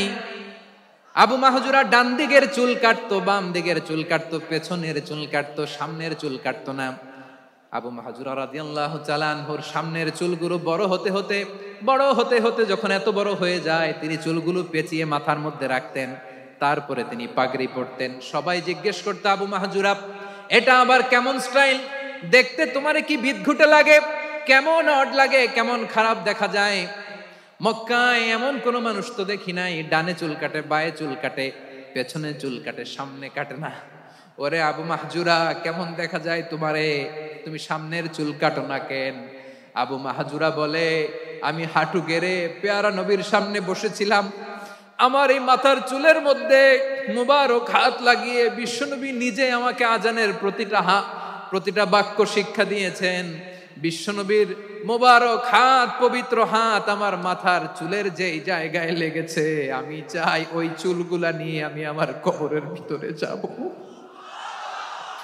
সাইয়েদনা আবু মাহজুরা রাদিয়াল্লাহু তাআলা আনহু ইন্তেকালের আগের পর্যন্ত মাথার সামনের চুলগুলা কাটে নাই। সামনের চুলগুলো বড় হতে হতে এত বড় ছিল, পেঁচিয়ে রেখে পাগড়ি পরতেন, কাটতেন না। নবীর হাত লেগেছিল। সুবহানাল্লাহ পড়েন। তাহলে what is the lesson? Moral of the story কি? মোরাল অফ দ্য স্টোরি হচ্ছে, আসছিল আজানকে ব্যঙ্গ করার জন্য, বিকৃত করার জন্য, হয়ে গেল মসজিদুল হারামের মুয়াজ্জিন। দেখেন বিশ্বনবী একটা খারাপ সিচুয়েশনের মধ্যে থেকে কি ভালো জিনিস বের করে আনলেন। আমি যে শুরুতে বলেছি কিভাবে তিনি হিউম্যান রিসোর্সকে ডেভেলপ করেছেন, ম্যানেজ করেছেন। তিনি যে চৌকস ট্যালেন্ট হান্টার ছিল, দেখেন সবার মধ্যে থেকে এর বাছাই করে মুয়াজ্জিন বানাই দিয়েছেন। সুবহানাল্লাহ পড়েন। তার মানে এই না সবাইরে ধরে ধরে উনি মুয়াজ্জিন বানাইছেন। যার যেই ট্যালেন্ট আছে তাকে ওই কাজে অ্যাসাইন করেছেন। যার যেই প্রতিভা আছে তার প্রতিভাকে ইসলামের কাজে লাগিয়েছেন। সুবহানাল্লাহ পড়েন। যায়েদ বিন সাবিত রাদিয়াল্লাহু তাআলা আনহু নাম শুনেছেন? যশোর কথা বেরোয় না। যদি জিজ্ঞাসা সালমান খানের নাম শুনছেন, সবাই হাত তুলবে, জি হুজুর শুনছি, মানে সব দেখা শেষ। সালমান খান, আমির খান, অমুক খান, সব খান মুখস্থ, কিন্তু যায়েদ বিন সাবিতের নাম মুখস্থ নাই মুসলমানদের। যেই সাহাবী মাথার সামনের চুল কাটে নাই, মসজিদুল হারামের মুয়াজ্জিন বানাইছেন বিশ্বনবী, সাহাবীর নাম কি? খায়া ফেলাইস, স্লোগানের সাথে খায়া ফেলাইস। আবু মাহজুরা। কি নাম? আবু মাহজুরা আল জুমাহি রাদিয়াল্লাহু তাআলা আনহু। এই নামটা আজকে নিয়ে যাইতে হবে যশোর। আবু মাহজুরা রাদিয়াল্লাহু তাআলা আনহু। 2 নম্বরে বলছিলাম যায়েদ বিন সাবিত রাদিয়াল্লাহু তাআলা আনহু। বিশ্বনবী দেখলেন মদিনার এই আনসারী সাহাবী হাইলি ট্যালেন্টেড, ইন্টেলেকচুয়াল, মেরিটোরিয়াস, জ্ঞানের প্রতি তার আকর্ষণ, মারাত্মক আকর্ষণ। বিশ্বনবী তাকে দায়িত্ব দিলেন, কোরআন যা নাজিল হয় তুমি লিখো, কাতিবুল ওয়াহি বানায় দিলেন। সুবহানাল্লাহ। যায়েদ বিন সাবিতরে আবার আজান শিখান নাই, কারণ তার মধ্যে বিশ্বনবী প্রতিভা দেখেছেন, একাডেমিক প্রতিভা। বিশ্বনবীর একাডেমিক প্রজেক্ট গুলো তিনি হ্যান্ডেল করতেন। যায়েদ বিন সাবিত ছিল বিশ্বনবীর ব্যক্তিগত সচিব। কি ছিল? ব্যক্তিগত সচিব। বোঝেন নাই? বিশ্বনবীর ব্যক্তিগত সচিব এবং দোভাষী। ইহুদিরা কিছু লিখে দিলে এটার অর্থ বিশ্বনবীরে বুঝায় দিতেন। আবার ইহুদিদের কাছে কিছু লিখতে হলে তিনি লিখে দিতেন। বিশ্বনবী একদিন বললেন, ইন্নী ওয়াল্লাহি মা আমানু ইয়াহুদা আলা কিতাব। ইহুদিরা বুঝি না, আরেক ইহুদি আইনে অর্থ করা লাগে। আবার ইহুদিদের কাছে কিছু লিখে পাঠাইতে চাইলে আমরা তো লিখতে পারি না, ইহুদিরে দিয়ে লেখা লাগে। ওরা যে পয়রা শোনায় লিখে দেয়, আমি ওদের বিশ্বাস করি না। আমার নিজের একজন লোক দরকার। বিশ্বনবী এই যায়েদ বিন সাবিতকে চুজ করলেন ল্যাঙ্গুয়েজের জন্য। উনি বললেন, যায়েদ তোমার সফট স্কিলকে ডেভেলপ করতে হবে, তুমি হিব্রু ল্যাঙ্গুয়েজ শিখে ফেলো। যায়েদ বিন সাবিত বলল, বিশ্বনবীর মোটিভেশন আর ইন্সপিরেশন পেয়ে আমি 15 দিনে ইহুদিদের এই হিব্রু ল্যাঙ্গুয়েজ শিখে ফেললাম। শুধু শিখে ফেললাম না, হাত্তা হাদিকতু, even I became master in the language. এই ভাষা আমি পারদর্শী হয়ে গেলাম। এরপরে ইহুদিরা চিঠি লিখে পাঠালে আর কোনো ইহুদি ডাকা লাগতো না, আমি নবীর এটার অর্থ শুনে পরে বুঝাই দিতাম। আবার ইহুদিদের কাছে চিঠি লেখা লাগলে আমি যায়েদ বিন সাবিত চিঠি লিখে দিতাম। সুবহানাল্লাহ। দেখেন এত সাহাবীর মধ্য থেকে বিশ্বনবীর একাডেমিক প্রজেক্ট, ব্যক্তিগত সচিব, দোভাষী হিসেবে তিনি যায়েদ বিন সাবিতের মতো তরুণকে নির্বাচিত করেছেন। কেমন ট্যালেন্ট হান্টার ছিল আমার নবী। সুবহানাল্লাহ পড়বেন না? বিশ্বনবীর ইন্তেকালের পরে সাইয়েদনা আবু বকর রাদিয়াল্লাহু তাআলা আনহু যখন খলিফা হয়ে আসলেন, কোরআনকে সংকলনের দায়িত্ব দেয়া লাগবে, কোন সাহাবীকে দিবেন? সব সাহাবারা মিলে পরামর্শ করলেন। সাইয়েদনা আবু বকর, উমর সবাই মিলে এই বিশাল কোরআন সংকলনের গুরু দায়িত্ব বিশ্বনবীর ব্যক্তিগত সচিব, বিশ্বনবীর দুভাষী, বিশ্বনবীর সিলেক্ট করাই লোক যায়েদ ইবনে সাবিত রাদিয়াল্লাহু তাআলা আনহুকে দিয়েছে। কোরআনের কপি তো আজকে এখানে রাখে নাই। এই যে আজকের যে কোরআন পড়েন, এটা আগে এরকম ছিল না। কোরআন নাজিল হলে সাহাবারা চামড়ার, ওটের চামড়ায় লিখে ফেলতো, ওটের চ্যাপ্টা হাড্ডির মধ্যে লিখে ফেলতো, গাছের গুড়ির মধ্যে লিখে ফেলতো, বিভিন্ন জনের কাছে ছড়ানো ছিটানো ছিল। আবু বকর রাদিয়াল্লাহু তাআলা আনহু একসাথে করলেন, পরবর্তীতে উসমান রাদিয়াল্লাহু তাআলা আনহু একসাথে করলেন 114 সূরার। এখন এই মুসহাফ, এই কম্পাইলেশন, এই কপি আমরা পেয়েছি, যার হিউজ কন্ট্রিবিউশন ছিল। এই পুরো কোরআন কম্পাইলেশনের প্রজেক্ট ম্যানেজার ছিল যায়েদ বিন সাবিত রাদিয়াল্লাহু তাআলা। কোরআন কম্পাইলেশনের প্রজেক্ট ম্যানেজার, দেখেন উনারে মাথায় হাত দিয়ে আজান শিখায় নাই, সুবহানাল্লাহ কইবেন না? তাহলে প্রথম সাহাবী আবু মাহজুরাকে মুয়াজ্জিন বানাইলেন, যায়েদ বিন সাবিতকে ব্যক্তিগত সচিব আর দোভাষী বানালেন, মুসআব ইবনে উমাইর রাদিয়াল্লাহু তাআলা আনহুকে ইসলামের প্রথম অ্যাম্বাসেডর বানালেন। তাহলে তৃতীয় নাম্বার একজন সাহাবীর নাম বলছি, মুসআব ইবনে উমাইর। He was the first ambassador in Islam, ইসলামের প্রথম ডিপ্লোম্যাট, প্রথম কূটনৈতিক, ইসলামের প্রথম কূটনৈতিক, ইসলামের প্রথম ডিপ্লোম্যাট, প্রথম অ্যাম্বাসেডর মুসআব ইবনে উমাইর। মক্কার তরুণ যুবক, উনি পারফিউম লাগাইলে মানুষ দেখলেই বুঝতো এটা মুসআব লাগাইছে, এমন ড্যাশিং ফেসের ছিল, এমন স্মার্ট ড্যাশিং ফেস, এমন পার্সোনালিটির মানুষ ছিল মুসআব রাদিয়াল্লাহু তাআলা। কারণ যিনি ইসলামের স্পোকম্যান হবেন, মুখপাত্র হবেন, তার স্মার্ট হওয়ার দরকার আছে না নাই? আকাবার প্রথম শপথ যখন হলো, তাদের সাথে বিষ্ণু ইসা ইসলাম মদিনাতে একজন মুখপাত্র পাঠালেন, ডিপ্লোম্যাটকে পাঠালেন, অ্যাম্বাসেডর অফ ইসলাম, তিনি হচ্ছেন মুসআব ইবনে উমাইর। পড়েন সুবহানাল্লাহ। বিশ্বনবী দেখলেন সে অনেক স্মার্ট, তার ডেডিকেশন আছে, সিনসিয়ারিটি আছে, এবং মদিনায় যে আউস খাজরাজ গোত্রের নেতাদের সাথে ডিল করতে হবে, ইহুদিদের সাথে ডিল করতে হবে, ওখানে একজন পাক্কা জানু খেলোয়াড়ের দরকার আছে না নাই? মুসআব ইবনে উমাইর রাদিয়াল্লাহু তাআলা আনহু, ওনাকে বিষ্ণু ইসা ইসলাম চুজ করলেন। এবং বিষ্ণু ইসা ইসলামের এই চুজিংটা, এই সিলেকশনটা এত সুন্দর ছিল, তিনি মদিনাতে যে বিশ্বনবী আসার আগেই মদিনার জমিনকে তিনি উর্বর করে ফেলছেন। প্রতিটা ঘরে ঘরে কালিমার দাওয়াত তিনি পৌঁছায় দিয়েছেন। জুমার বিধান নাজিল হয়েছে, কিন্তু মক্কায় পরিবেশ নাই জুমা পালনের। বিষ্ণু ইসা ইসলাম একজনকে দিয়ে খবর পাঠালেন, যাও মদিনায় মুসাবকে যে বলো, মুসাব তো আমার শিক্ষক, আমার স্পোকম্যান, মদিনাতে যেন তারা জুমা কায়েম করে। বিশ্বনবীর আগেই মুসআব মদিনার মুসলিমদেরকে নিয়ে মদিনায় প্রথম জুমা কায়েম করে ফেলছে। কোন সুবহানাল্লাহ। ডিপ্লোম্যাটদের কেমন হইতে হয়, অ্যাম্বাসেডারের কেমন হইতে হয়, মুসআব রাদিয়াল্লাহু তাআলা আনহুর কাছ থেকে শিখে নাও। মুসআব নামটা কেমন লাগে? যশোর যাদের সন্তান হবে, ছেলে সন্তান, আমার রাস্তায় পাইলে সবাই জিজ্ঞেস করে, হুজুর একটা নাম দেন, আমার ছেলে হবে। যশোরবাসীর জন্য আমি একটা নাম দিয়ে দিলাম, নাম রাখতে হবে মুসআব। কি নাম? নামটা যাদের ভাল লাগে, ছেলে সন্তান অনাগত আসবে, মনে চাইলে নাম রেখে দিবেন মুসআব রাদিয়াল্লাহু তাআলা আনহুর নামে মুসআব। তাহলে মুসআব রাদিয়াল্লাহু তাআলা আনহুকে বিশ্বনবী ল্যাঙ্গুয়েজ শিখান নাই, সফট স্কিল শিখান নাই। যায়েদ রাদিয়াল্লাহু, তিনি হিব্রু ল্যাঙ্গুয়েজ শিখেছেন, সুরিয়ানি শিখেছেন, কিন্তু মুসআবকে তিনি বানিয়েছেন the spokesman of Islam, the first diplomat, the ambassador of Islam. সুবহানাল্লাহ পড়বেন না?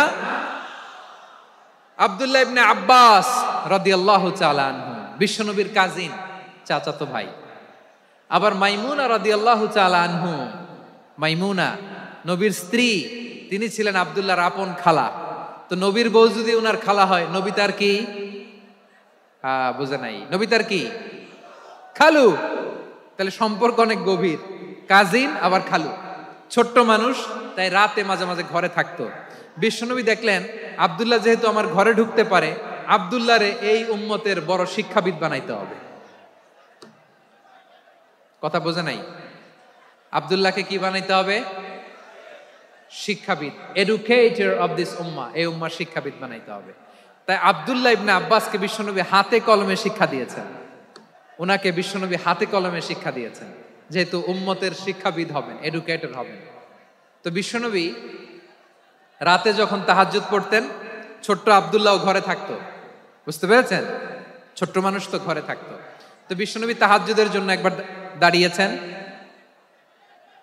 ছোট্ট আব্দুল্লাহ ওযু করে দাঁড়াইছে। আচ্ছা বলেন তো, ইমাম আর মুসল্লি মোট যদি দুইজন হয়, একজন ইমাম একজন মুসল্লি, তো মুসল্লি ইমামের কোন দিকে দাঁড়াবে? ডানে দাঁড়াবে। ছোট্ট আব্দুল্লাহ বুঝে নাই, বিশ্বনবী তাহাজ্জুদ শুরু করেছেন, উনি ইক্তেদা করছেন আর দাঁড়াইছেন বায়ে। কোথায় দাঁড়িয়েছেন? আব্দুল্লাহ বলেন, যখন আমি বায়ে দাঁড়ালাম, আখাযা রাসূলুল্লাহ সাল্লাল্লাহু আলাইহি ওয়াসাল্লাম উযুনি আল ইউমনা ইয়াফতিলুহা, বিশ্বনবী নামাজরত অবস্থায় আমার কান ধরে টেনে আমার ডান দিকে এনে দাঁড় করায় দিলেন। পড়েন সুবহানাল্লাহ। দেখেন হাতে কলমে শিক্ষা। আর জীবনে ভুল হবে? কথা কয় না, আর ভুল হবে? আর ভুল হবে না। এভাবে বিশ্বনবীর অনেক সঙ্গ পেয়েছেন, সফর করেছেন, একই বাহনে বসেছেন, এক বাহনে বসে লম্বা নসিহত করেছেন, বলেছেন ইয়া গোলাম ইহফাজিল্লাহ ইয়াহফাজকা ইহফাজিল্লাহ তাজিদহু তুজাহাক ইযা সাআলতা ফাসআলিল্লাহ ওয়া ইযা ইসতাআনতা ফাসতাইন বিল্লাহ। আল্লাহর বিধান মানো, আল্লাহর বিধান রক্ষা করো, আল্লাহ তোমায় রক্ষা করবে। আব্দুল্লাহ, চাইতে হলে আল্লাহর কাছে চাও, সাহায্য চাইতে হলে আল্লাহর কাছে সাহায্য চাও। মনে রাখো, গোটা বিশ্বের সবাই যদি তোমার সাহায্য করতে চায়, ততটুকুই করতে পারবে যতটুকু আল্লাহ তোমার নসিবে রেখেছে। গোটা বিশ্ব যদি তোমার বিরুদ্ধে ষড়যন্ত্রে দাঁড়িয়ে যায়, ক্ষতি ততটুকু করতে পারবে যতটুকু তোমার জন্য বরাদ্দ আছে, এর বাইরে কিছু করতে পারবে না। আওয়াজ করে বলেন ঠিক কিনা? এভাবে হাতে কলমে শিখিয়েছেন, বিশ্বনবীর সঙ্গ পেয়েছেন। উনাকে বিষ্ণু ইসলাম শিক্ষাবিদ, এডুকেটর অফ দিস উম্মাহ হিসেবে সিলেক্ট করেছেন, হাতে কলমে শিখিয়েছেন। বিশ্বনবী একবার প্রকৃতির ডাকে সাড়া দিয়ে এসেছেন। এখন কি করতে হবে? নামাজের জন্য ওযু করতে হবে। বিশ্বনবী এসেই দেখেন ওযুর বদনায় পানি ভরা, খুশি হয়ে গেলেন, বললেন কে রেখেছে পানি? একজন বলল আব্দুল্লাহ রেখেছে। বিশ্বনবী অত্যন্ত খুশি হলেন, খুশি হয়ে একটা দোয়া করলেন, বললেন আল্লাহুম্মা ফাক্কিহু ফিদ্দীন ওয়া আল্লিমহু তা'ওয়ীল। আল্লাহ, তুমি আব্দুল্লাহকে দ্বীনের বুঝ দিও আর কোরআনের তাফসির শিক্ষা দিও। বিশ্বনবীর এই দোয়া এমন লাগছে, উনি রাইসুল মুফাসসিরিন, এই পৃথিবীতে যত মুফাসসির ছিল, যত মুফাসসির আসবে, সকল মুফাসসিরের সম্রাট হিসেবে স্বীকৃত হয়েছেন আব্দুল্লাহ ইবনে আব্বাস। বিশ্বনবী ওনারে আজান শিখান নাই, বিশ্বনবী ওনারে ল্যাঙ্গুয়েজ শিখান নাই, বিশ্বনবী ওনারে অ্যাম্বাসেডর বানান নাই, হাতে কলমে শিক্ষা দিয়েছেন। ছোট্ট মানুষ, বিশ্বনবী ইন্তেকাল করলেন, আবু বকরের সময় গেল, ওমরে ফারুকের খেলাফত, তখনও তিনি তরুণ। ওমরে ফারুক রাদিয়াল্লাহু তাআলা আনহু ওনার ক্যাবিনেট মিনিস্ট্রির বৈঠকে এই আব্দুল্লাহ ইবনে আব্বাসকে পাশ দিয়ে বসায় রাখতেন। বয়স্ক সাহাবারা এটা পছন্দ করতো না, তারা বলতো ঘটনা কি, আব্দুল্লাহর মতো ছেলে নাতি আমাদের আছে, এরা কেন রাখে ওমরে ফারুক? ওমরে ফারুক এটা টের পেলেন, তিনি বুঝতে পারলেন যে ক্যাবিনেট মেম্বাররা এটা পছন্দ করে না, ছোট্ট আব্দুল্লাহরা কেন রাখি, কেন যে রাখি এটা একদিন বুঝাবো। একদিন মিটিং এ তিনি সবাইকে বললেন ইদা জাআ নাসরুল্লাহি ওয়াল ফাতহ। এই আয়াত দ্বারা উদ্দেশ্য কি বলেন তো মুরব্বী সাহাবীরা? এক সাহাবী বলেন এই সূরা দ্বারা উদ্দেশ্য, আল্লাহ বলেছেন আমাদেরকে বিভিন্ন ল্যান্ড, বিভিন্ন এলাকা বিজয় করতে হবে। ওমরে ফারুক বললেন না, হয়নি।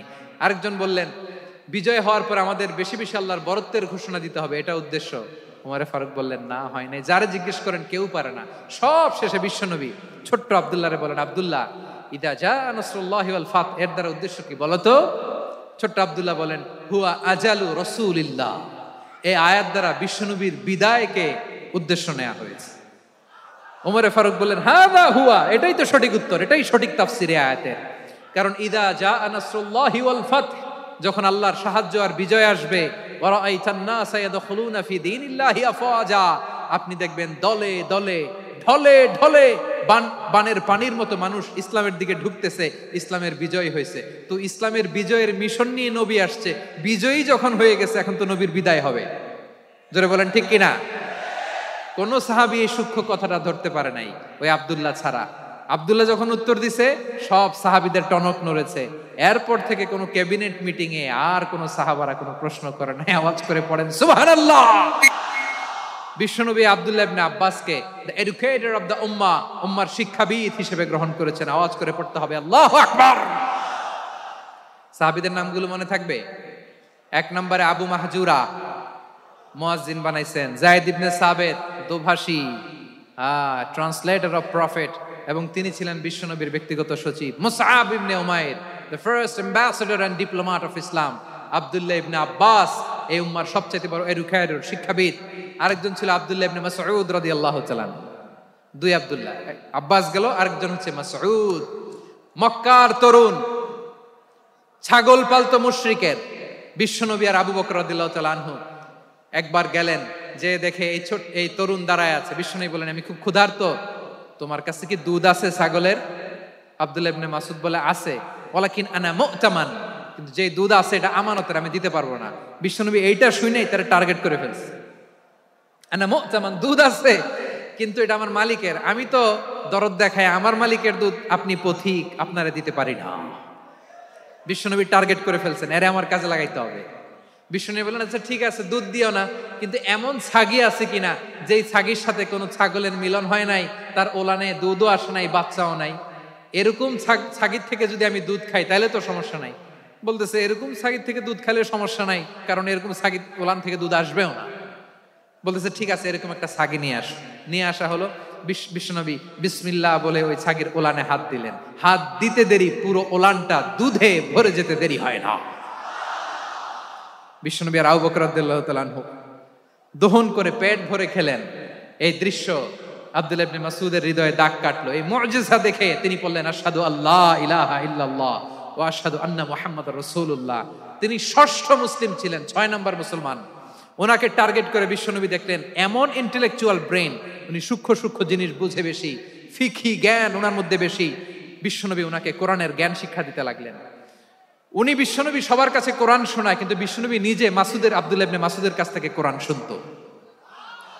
বিশ্বনবী একবার বললেন, ইকরা আলাইয়া ইয়া মাসউদ। ইবনে মাসউদ, একবার শোনাও তো কোরআন দেখি। আব্দুল্লাহ ইবনে মাসউদ বলে, আকরাউ আলাইকা ওয়া আলাইকা উনজিল।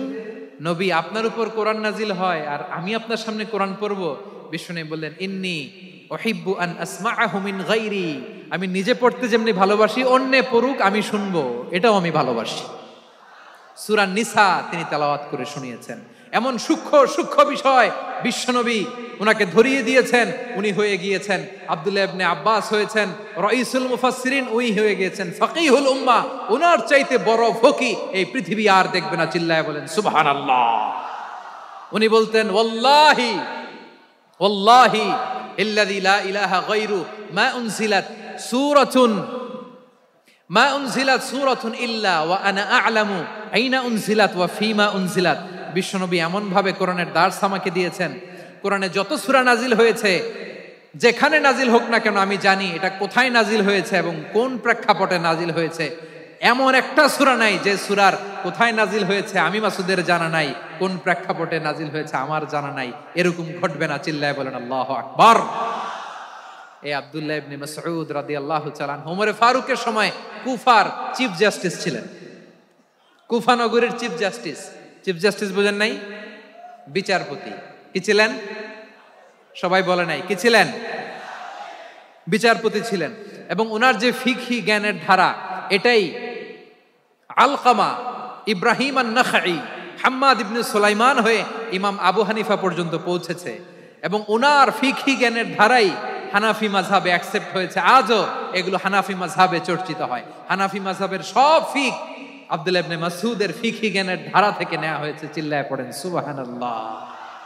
তাহলে উনাকে বিশ্বনবী বানিয়েছেন জুরিস্ট, আইনবিদ, ফাকিহ। উনারে আজান শিখান নাই। হিউম্যান রিসোর্স ডেভেলপমেন্ট কিভাবে করবেন, মানব সম্পদের উন্নয়ন কিভাবে করতে হয়, কিভাবে যার যেখানে প্রতিভা কাজে লাগাতে হয় উনি দেখিয়েছেন। সুবহানাল্লাহ পড়বেন না? খালিদ বিন ওয়ালিদ নাম শুনছেন? কে কে শোনেন নাই হাত তোলেন। কি ছিলেন? বীর যোদ্ধা ছিলেন খালিদ বিন ওয়ালিদ। কিন্তু তিনি ইসলাম ধর্ম গ্রহণ করেছেন অনেক দেরিতে, 8ম হিজরিতে। তার মানে 8ম হিজরির আগে উনি মুশরিকদের পক্ষে লড়াই করেছেন। ওনার হাতে কত মুসলিম সাহাবী যে নিহত হয়েছে হিসাব নাই। বিশ্বনবী টার্গেট করে রাখছে, তুমি আমাদের মুসলিমদের এত ক্ষতি করলা, তুমি যখন মুসলমান হবা তোমারে দিয়ে আমি এমন কাম করামু যে এটা আর কেউ করতে পারবে না। বসুন। খালিদ বিন ওয়ালিদ রাদিয়াল্লাহু তাআলা আনহু 8ম হিজরিতে মুসলিম হয়েছেন, মক্কা বিজয়ের আগে। তো মক্কা বিজয়ের আগে যখন মুসলিম হয়েছেন, এর আগে কি করছেন? কাফিরদের সাথে যুদ্ধ করেছেন।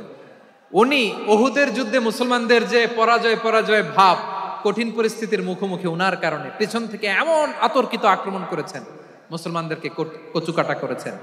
অষ্টম হিজরিতে আল্লাহ তাআলা হেদায়েতের নূর দিয়ে ওনার হৃদয়টাকে উজালা করে দিলেন।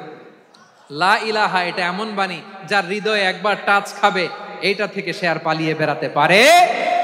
ঝিনুকের ভেতর লুকিয়ে থাকে যেমন মতি, ঝিনুকের ভেতর লুকিয়ে থাকে যেমন মতি, কলমা শাহাদাতে আছে আল্লাহর জ্যোতি, কলমা শাহাদাতে আছে আল্লাহর জ্যোতি। ঠিক কিনা বলেন? মক্কা বিজয়ের আগে মুসলিম হলেন, হওয়ার পরেই বিশ্বনবীর টার্গেট ফুলফিল হলো। ওই যে টার্গেট করে রেখেছেন আর দোয়া করেছেন, খালিদ বিন ওয়ালিদ যদি মুসলিম হয় তাকে আমি মিলিটারি চিফ বানাবো। ওনাকে আজান শিখান নাই, ওনারে কান ধইরা নামাজের এই মাথা থেকে ওই মাথা আনান নাই, ফিকহি কোরআনের সূক্ষ্ম তাফসীর ওনারে শিখান নাই, অ্যাম্বাসেডর বানান নাই। বিষ্ণু ইসলাম উনাকে সামরিক অভিযানে প্রেরণ করেছেন। সামরিক অভিযানে তিনি প্রেরণ করেছেন। উনার জীবদ্দশায় উনার নেতৃত্বে যতগুলো যুদ্ধ হয়েছে, একটা যুদ্ধেও তিনি পরাজয় বরণ করেন নাই। ওমরে ফারুকের সময়কালে তিনি চিফ অফ মুসলিম মিলিটারি, মানে মুসলিম সেনাপতি হয়েছেন। যশোর আওয়াজ করো, ঠিক কিনা বলো? সেনাপতি, মুসলিম সেনাপতি। তাহলে কিভাবে হিউম্যান রিসোর্স ব্যবহার করতে হয় গোটা বিশ্ব আমার নবীর কাছ থেকে শিখে না। খালিদ বিন ওয়ালিদ, ওনাকে বিশ্বনবী একটা উপাধি দিয়েছেন। উপাধিটা হচ্ছে সাইফুল্লাহিল মাসলুল, আল্লাহর নাঙ্গা তরবারি, আল্লাহর খোলা তরবারি, দ্য ওপেন সোর্ড অফ আল্লাহ। খালিদ বিন ওয়ালিদ মুসলিম সেনাপতি।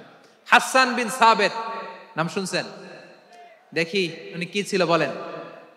রাসূলের সভা কবি, কালচারাল হিজিমনিকে ডিফিট করার জন্য। উনি ভালো অস্ত্র চালানো জানতেন না, ওই কাজে উনি যেতেন না। ওনার ছিল কাব্য প্রতিভা। কাব্য প্রতিভা, কাফিররা কবিতা দিয়ে নবীকে গালি দিত। বিশ্বনবী বলতেন, ইয়া হাসান আজিব আন রাসূলিল্লাহ, তুমি নবীর হয়ে কাফেরদের এই কথাগুলোর জবাব দাও। বিশ্বনবীর একটা মিম্বার ছিল। বিশ্বনবীর মিম্বারের পাশাপাশি মসজিদে নববীতে এই হাসান বিন সাবেতের জন্য বিশ্বনবী একটা স্পেশাল মিম্বার বানিয়ে দিয়েছেন। এখান থেকে তুমি জবাব দাও। এবং বিশ্বনবী বলেছেন, আল্লাহুম্মা আইয়িদহু বিরূহিল কুদুস। আল্লাহ, হাসান আমার পক্ষে জবাব দেয়, তুমি জিব্রাইল মারফত তাকে সাহায্য পাঠাইয়া দিও। রাসূল সাল্লাল্লাহু আলাইহি ওয়াসাল্লামের সভা কবি, the poet of the prophet, নবীর কবি। উনি কবিতা দিয়ে, এমন উচ্চাঙ্গের ভাষায় কবিতা দিয়ে তিনি জবাব দিতেন, কাফিরদের গা শিহরে যেত, তাদের হৃদয়ে আগুন ধরে যেত। তাহলে এরকম কবিরও দরকার আছে না নাই? এখন যাকে আল্লাহ দিছে কাব্য প্রতিভা, এরা যদি আপনি যুদ্ধের ময়দানে পাঠান হবে? যারে দিছে সুরেলা গলা, এরা যদি অ্যাম্বাসেডর বানান হবে না। হাসান বিন সাবেত ছিলেন বিষ্ণু ইসলামের কবি। হুযায়ফা ইবনুল ইয়ামান বিশ্বনবীর গোয়েন্দা বিভাগের প্রধান। কিসের প্রধান? হুযায়ফা ইবনুল ইয়ামান। ওনার ছিল ডিটেকটিভ মাইন্ড, ডিটেকটিভ মাইন্ড, গোয়েন্দা বিভাগের প্রধান। এবং উনি হচ্ছেন সাহিবু সিররি রাসূলিল্লাহ, রাসূল সাল্লাল্লাহু আলাইহি ওয়াসাল্লামের গোপন তথ্যের ধারক বাহক। নবীর যেই কথা কেউ জানে না, সব হুযায়ফার পেটের ভিতরে ছিল। সুবহানাল্লাহ পড়েন। মদিনার যত ইহুদিদের একটা লিস্ট ছিল, এই লিস্ট শুধু দুইজন জানতো, বিশ্বনবী আর হুযায়ফা।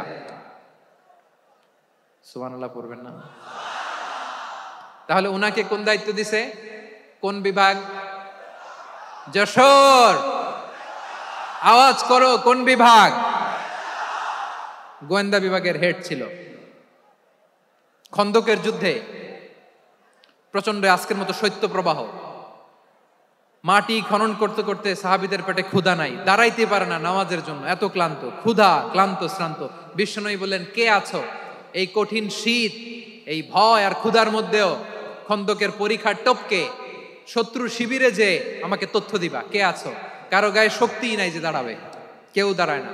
বিশ্বনবী তখন নিজে হুযায়ফাকে ডাক দিলেন, হুযায়ফা, যে আমাকে আজকে শত্রু শিবিরের তথ্য এনে দিবে, সে জান্নাতে আমার মোরাফাকা, আমার সঙ্গী হবে। হুযায়ফা রাদিয়াল্লাহু ইবনুল ইয়ামান জীবনের ঝুঁকি নিয়ে এই ক্ষুধা শৈত্য প্রবাহ কোল্ড ওয়েভসকে উপেক্ষা করে পরীক্ষা টপকে শত্রু শিবিরে যে সবার কথাগুলো চুপে চুপে শুনে বিশ্বনবীর দরবারে এসে গোয়েন্দাদের মতো তথ্য সরবরাহ করেছে। বিশ্বনবীর গোয়েন্দা বিভাগের প্রধান হুযায়ফা ইবনুল ইয়ামান ইন্টেলিজেন্স বিভাগ চালাতেন। মুনাফিকদের নাম ওনার কাছে ছিল। মুআয ইবনে জাবাল মদিনা রাষ্ট্রের সবচেয়ে সিনিয়র আমলা ছিলেন। আমলাতন্ত্র চিনেন তো? প্রশাসনিক কাজ যারা চালায়, অ্যাডমিনিস্ট্রেশন বুঝেন না? The department of administration. মদিনার রাষ্ট্রের সিনিয়র আমলা মুআয ইবনে জাবাল মুতাখাসসিসুন ফিল হালাল ওয়াল হারাম, হালাল হারামের স্পেশালিস্ট ছিলেন। বিশ্বনবী উনাকে ইয়ামানের গভর্নর করে পাঠিয়েছেন। বলেছেন ইন্নাকা তা'তি কওমান আহলা কিতাব, এমন গোষ্ঠীর কাছে যাবা যারা ইহুদি নাসারা, আগে শাহাদা পড়লে এরপরে নামাজের দাওয়াত দিও, নামাজ পড়লে যাকাতের দাওয়াত দিও। গভর্নরের অ্যাটিটিউড যেমন থাকে তেমন অ্যাটিটিউড ধরে রেখো। সুবহানাল্লাহ পড়েন। তাহলে মুআয ইবনে জাবালকে দিয়ে বিশ্বনবী কবিতা লেখায় নাই, চিঠি লেখায় নাই, আজান দেওয়ায় নাই। সুবহানাল্লাহ পড়বেন না? সব শেষ সাহাবী বলি আবু হুরায়রা রাদিয়াল্লাহু তাআলা আনহু। নাম শুনছেন? বিড়ালের বাবা। কি করতেন? খালি হাদিস মুখস্থ করতেন। উনি বলতেন আলজামু রাসূলুল্লাহ আলা মিলই বাতনি, আমার শুধু পেটের ক্ষুধার বন্দোবস্ত হইলে আমি নবীর সঙ্গ ছাড়তাম না। আমার আনসার সাহাবারা ক্ষেত খামারের কাজ করত, আমার মুহাজির সাহাবারা ব্যবসা করত, আর আমি নবীর সাথে সাথে থাকতাম। শুধু সকাল বিকাল দুই বেলা যদি আমার খাবারের বন্দোবস্ত হয় আমি আর নবীর লক ছাড়ি না। সুবহানাল্লাহ কইবেন না? 5374টা হাদিস তিনি বর্ণনা করেছেন। সবচেয়ে বেশি হাদিস বর্ণনাকারী সাহাবী। হাদিস প্রিজার্ভেশনের কাজে বিশ্বনবী ওনাকে কাজে লাগিয়েছেন। উনি একদিন বলেন ইয়া রাসূলুল্লাহ আসমাউ মিনকা কাসীরান ফালা আহফাজু, নবী অনেক কথা শুনি আমার মনে থাকে না। বিষ্ণু বললেন তাই? উবসুত রিদাক, তোমার চাদরটা বিছাও। আবু হুরায়রা বিছালেন, বিশ্বনবী হাত বুলায় দিলেন, এরপরে অনেক হাদিস বর্ণনা করলেন। আবু হুরায়রা বলে তারপর থেকে বিশ্বনবী যাই বর্ণনা করে আমি শুনি আর একটাও বলি না। এখন সুবহানাল্লাহ। বিশ্বনবী ওনাকে হাদিস প্রিজার্ভেশন, নবীর এই যে লক্ষ্য হাদিস প্রিজার্ভেশনের এই দায়িত্ব দিয়েছেন সাইয়েদনা আবু হুরায়রা রাদিয়াল্লাহু তাআলা আনহুকে। প্রিয় ভাইরা, তাহলে 10 জন সাহাবীর কথা যে বললাম, আপনারা কি খেয়াল করেছেন কত বড় ট্যালেন্ট হান্টার, চৌকস ট্যালেন্ট হান্টার ছিল আমার নবী। এক একজনের এক এক ট্যালেন্ট এক এক কাজে অ্যাসাইন করেছেন, এক একজনকে এক এক দায়িত্ব দিয়েছেন, এক একজনের প্রতিভাকে এক একভাবে বিকশিত হওয়ার সুযোগ দিয়েছেন। আওয়াজ করে বলেন ঠিক কি না?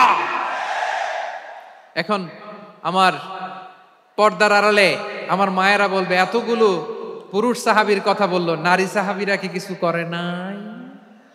হ্যাঁ, একজন নারী সাহাবীর কথা বলে মোনাজাত হবে, দোয়া ছাড়া কেউ যাব না। রুফাইদা আল আসলামিয়া রাদিয়াল্লাহু তাআলা আনহা, ওনার বাবার নাম সাআদ আল আসলামি। বিশ্বনবী কি খেয়াল করলেন দেখেন, সাআদ ছিল মদিনার বড় ডাক্তার।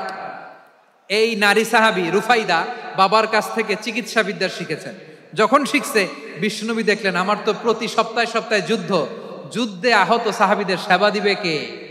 বিশ্বনবী রুফাইদাকে বললেন রুফাইদা তুমি মসজিদে নববীর পাশে একটা মেডিকেল ক্যাম্প করো। এই যে সাকিনা আদ্দিন মেডিকেলের আমার ছাত্রী বন্ধুরা শুনে রাখো, তোমাদের আইকন হচ্ছে এই রুফাইদা আল আসলামিয়া। বিশ্বনবীর ডিরেকশন অনুযায়ী তিনি মসজিদে নববীর পাশে একটা মেডিকেল ক্যাম্প করলেন এবং আহত সাহাবাদের চিকিৎসা উনি ওনার টিম নিয়ে দিতেন। বিশ্বনবীর পরামর্শে উনি আনসারি এবং মুহাজির মহিলা সাহাবীদেরকে নিয়ে একটা স্পেশাল মেডিকেল টিম গঠন করলেন। খায়বার যুদ্ধে 7ম হিজরিতে যখন বিশ্বনবী যায় উনি ওনার টিম নিয়ে আসলেন, বললেন ইয়া রাসূলুল্লাহ আমরা তো তলোয়ার চালাতে পারি না, আমরা তো তীর মারতে পারি না, দেন খায়বার অভিযানে আমি আমার টিম নিয়ে মেডিকেল টিমের সেবাটা সার্ভিসটা দিতে চাই। পড়েন সুবহানাল্লাহ। বিশ্বনবী অনুমতি দিলেন, যোদ্ধা সাহাবীদের সাথে রুফাইদা আল আসলামিয়া উনিও মেডিকেল টিম নিয়ে অগ্রসর হলেন। খায়বারের প্রতিটা আহত ইনজুর্ড সাহাবী যারা ইনজুরির শিকার হয়েছেন সবাই রুফাইদা আল আসলামিয়ার এই মেডিকেল ক্যাম্প থেকে চিকিৎসা সহায়তা পেয়েছেন। সুবহানাল্লাহ পড়েন। দেখেন কিভাবে বিশ্বনবী ট্যালেন্ট বাছাই করতেন। আপনি অবাক হবেন, বাহরাইনের মেডিকেল ইউনিভার্সিটিতে রুফাইদা আল আসলামিয়া মেডিকেল প্রাইজ অ্যাওয়ার্ড প্রতি বছর দেয়া হয়। যদি 8 দিনের এই মেডিকেল আমার বোনেরা যদি জেনে থাকো জানো, না হলে নতুন করে জানো, সার্চ দিও রুফাইদা আল আসলামিয়া মেডিকেল অ্যাওয়ার্ড বাহরাইনের ইউনিভার্সিটিতে দেয়া হয়। প্রিয় ভাইয়েরা, তাহলে আলোচনার সামারি আমরা করি। বিশ্বনবী যার যেখানে ট্যালেন্ট তাকে ওইখানে কাজে লাগাতেন। আওয়াজ করে বলেন ঠিক কিনা? এবার একটা ইন্টারভিউ হবে, আওয়াজ করে বলেন আবু মাহজুরাকে বিশ্বনবী কি বানাইছেন? হ্যাঁ, ভুলে গেছেন? সামনের চুলে হাত দিয়ে বিশ্বনবী কি সুন্দর গলায় আজান শিখালেন। মুয়াজ্জিন যায়েদ বিন সাবিতকে একাডেমিক প্রজেক্টের দায়িত্ব দিয়েছেন, তিনি ছিলেন বিশ্বনবীর দোভাষী ব্যক্তিগত সচিব। মুসআব ইবনে Umair the first ambassador of Islam, Abdullah ইবনে আব্বাস উম্মার বড় শিক্ষাবিদ মুফাসসির, আব্দুল্লাহ ইবনে মাসউদ ছিলেন জুরিস্ট। কি ছিলেন? জুরিস্ট ছিলেন, এই উম্মার সবচেয়ে বড় জুরিস্ট। খালিদ বিন ওয়ালিদ সেনাপ্রধান। হাসান বিন সাবিত ছিলেন বিশ্বনবীর সভাকবি। কি ছিলেন? বিশ্বনবীর সভাকবি ছিলেন। এরপরে হুযায়ফা ইবনুল ইয়ামান কি ছিলেন? গোয়েন্দা বিভাগের প্রধান। মুআয ইবনে জাবাল কি ছিলেন? সিনিয়র আমলা, ইয়ামানের গভর্নর। আবু হুরায়রা রাদিয়াল্লাহু তাআলা আনহু হাদিস প্রিজার্ভেশনের কাজ করেছেন। আর আমাদের রুফাইদা আল আসলামিয়া রাদিয়াল্লাহু তাআলা আনহা কি ছিলেন? নার্স ছিলেন, নার্স হয়ে মেডিকেল সেবা দিয়েছেন। প্রিয় ভাইরা, পুরো আলোচনার যদি সামারি করি তাহলে বিশ্বনবী যেভাবে হিউম্যান রিসোর্সকে ম্যানেজ করেছেন, যার যেখানে প্রতিভা কাজে লাগিয়েছেন, আমরাও যদি করি আমাদের বাংলাদেশের চিত্র আমরা পাল্টে যেতে পারবো। আমরা শুরুতে শুনেছি মানুষের আছে অসীম সম্ভাবনা, প্রতিটা মানুষ অনন্য, যত্ন নিলে, যথাযথ পরিচর্যা করলে মানুষ বিশ্ব জয় করতে পারে। ঠিক কিনা? আমাদের হাফেজে কোরআনের সামনে দাঁড়াতে পারে এমন কোন হাফেজে কোরআন আল্লাহর জমিনে জন্ম হয় না। গোটা বিশ্ব কাঁপিয়ে তারা সেরা, আমাদের ক্রিকেটাররা সেরা, আমাদের তৈরি পোশাক শিল্প সেরা। এরকম অনেক অনেক সেরা জিনিস আছে, আমরা এগুলোরে নার্চারিং করতে পারি নাই, পরিচর্যা করতে পারি নাই, সঠিক তারবিয়াতের অভাব। তাহলে মানুষের অসীম সম্ভাবনাকে কাজে লাগাতে হবে। ঠিক কিনা বলেন? ইউনূস গভর্নমেন্টকে আমি বলবো, অল্প সময়ের জন্য আপনারা এসেছেন, সংস্কারও করতে হবে, আবার নির্বাচনও করতে হবে। সব সংস্কার হতে করতে পারবেন না, যতটুকু পারবেন এর মধ্যে আমাদের যে হিউজ ম্যান পাওয়ার, আমাদের যে মানব সম্পদ, হিউম্যান রিসোর্স, এটাকে ডেভেলপ করে আপনাদের যেতে হবে। যেটা পারবেন না সেটাকে পরবর্তী নির্বাচিত গভর্নমেন্টের কাছে রেখে যেতে হবে, যে তারা যেন করে, তাদের কাছে আপনারা এটা রেখে যাবেন। তাহলে মানুষ চাইলে বিশ্ব জয় করতে পারে। আর মানুষকে হারাতে পারে কেউ? জোরে বলো যশোর, মানুষকে হারাতে পারে কেউ? আল্লাহ আমাদেরকে জনসংখ্যা দিয়েছেন প্রিয় ভাইয়েরা। এই জনসংখ্যা অনেক বড় সম্পদ, এটা আমাদের জন্য অভিশাপ নয়, আশীর্বাদ। আমাদের জনসংখ্যাকে যদি আমরা জনশক্তিতে রূপান্তর করতে পারি, আজকে বাংলাদেশ যে অবস্থানে দাঁড়িয়ে আছে, বাংলাদেশ তার 20 গুণ উন্নতির শিখরে চলে যাবে। চিল্লায় বলো ঠিক কিনা? আমাদের শ্রমিক ভাইয়েরা বাইরে কাজ করে, আমাদের শ্রমজীবী ভাইয়েরা, প্রবাসীরা, তাদের ব্যাপারে গুরুত্ব দিতে হবে। আমাদের শ্রমের দাম সবচেয়ে কম। তারা এম্বাসিতে গুরুত্ব পায় না, এয়ারপোর্টে গুরুত্ব পায় না। এই সরকার অবশ্য তাদেরকে অনেক গুরুত্ব দিচ্ছে। আমাদের অদক্ষ শ্রমিককে যখন আমরা দুবাই পাঠাই, অল্প বেতন পায়, কিন্তু ইন্ডিয়ানরা দক্ষ শ্রমিক পাঠাইলে তার 3 গুণ বেতন পায়। আমরা আমাদের শ্রমিকদেরকে অদক্ষ ভাবে আর পাঠাতে চাই না, দক্ষ শ্রমিক পাঠিয়ে আমরা রেমিটেন্সের বন্যা বইয়ে দেব। আমাদের শ্রমিকদের পাঠানো রেমিটেন্সের টাকায় সচল থাকে আমার দেশের অর্থনীতির চাকা। তাদেরকে সবচেয়ে গুরুত্ব দিতে হবে। আমরা পেয়েছি ফ্রিডম ফাইটার, মুক্তিযোদ্ধা, আর আমার প্রবাসী ভাইরা হচ্ছে রেমিটেন্স ফাইটার। জোরে বলো ঠিক কিনা? তাহলে আমাদের এই জনশক্তিকে জনসম্পদে ট্রান্সফর্ম করতে হবে। ঠিক কিনা বলেন? সরকার জনগণকে এভাবে পলিশ করতে হবে। মা বাবারা ছেলে মেয়েদের মধ্যে কার কোন যোগ্যতা, তাকে ওইভাবে কাজে লাগাতে হবে। সবার A+ পাওয়ার কোনো দরকার নাই। আমাদের দেশে একটা টেন্ডেন্সি আছে, পরীক্ষায় A+ না পাইলে কই তুই কি করলি, পাশের বাড়ির ছেলে A+ পাইছে, যা ওর পা ধোয়া পানি খা। কি খা? তা আমি ভাবছি যে পা ধোয়া, A+ পাওয়া ছেলেদের পা ধোয়া পানির একটা পানির ব্র্যান্ড বানাইতে হবে। এরকম লেখা থাকবে, A+ পাওয়া ছেলেদের পা ধোয়া পানি। খাওয়া নাই, এগুলার খাওয়া নাই। ওরে আল্লাহ A+ পাওয়ার জন্য বানাইছে, আর আপনার ছেলেকে এই A+ গুলারে নিয়ন্ত্রণ করার জন্য আল্লাহ বানাইছে। ওকে দিয়ে আল্লাহ কি করবে আপনি জানেনই না। একটা A+, একটা A গ্রেড একটা মানুষের জীবনকে ঠিক করে দিতে পারে না। আপনার ছেলেকে আল্লাহ অন্যদিকে যোগ্যতা দিয়েছে, ওদের মনোবল ভাঙবেন না, খবরদার খবরদার। ছেলে মেয়েদের মনোবল ভাঙবেন না। যাকে দিয়ে যেটা হবে তাকে দিয়ে সেটা করতে হবে, তার প্রতিভাকে সেভাবে কাজে লাগাতে হবে। তাহলে বাংলাদেশ আমাদের এই জনসংখ্যা জনসম্পদে রূপান্তরিত হবে। আমাদের সরকারের তত্ত্বাবধানে আমাদের 18 কোটি জনগণ দক্ষ জনশক্তিতে রূপান্তরিত হোক, আমরা চাই কি চাই না? আমরা ভালো মানুষ, শ্রেষ্ঠ মানুষ হতে চাই কি চাই না? ওই জাপানিজদের মতো সৎ, ওই ইউরোপিয়ানদের মতো কালচার্ড আমাদেরকে আল্লাহ তাআলা কোরআন সুন্নাহ অনেক কিছু দিয়েছেন।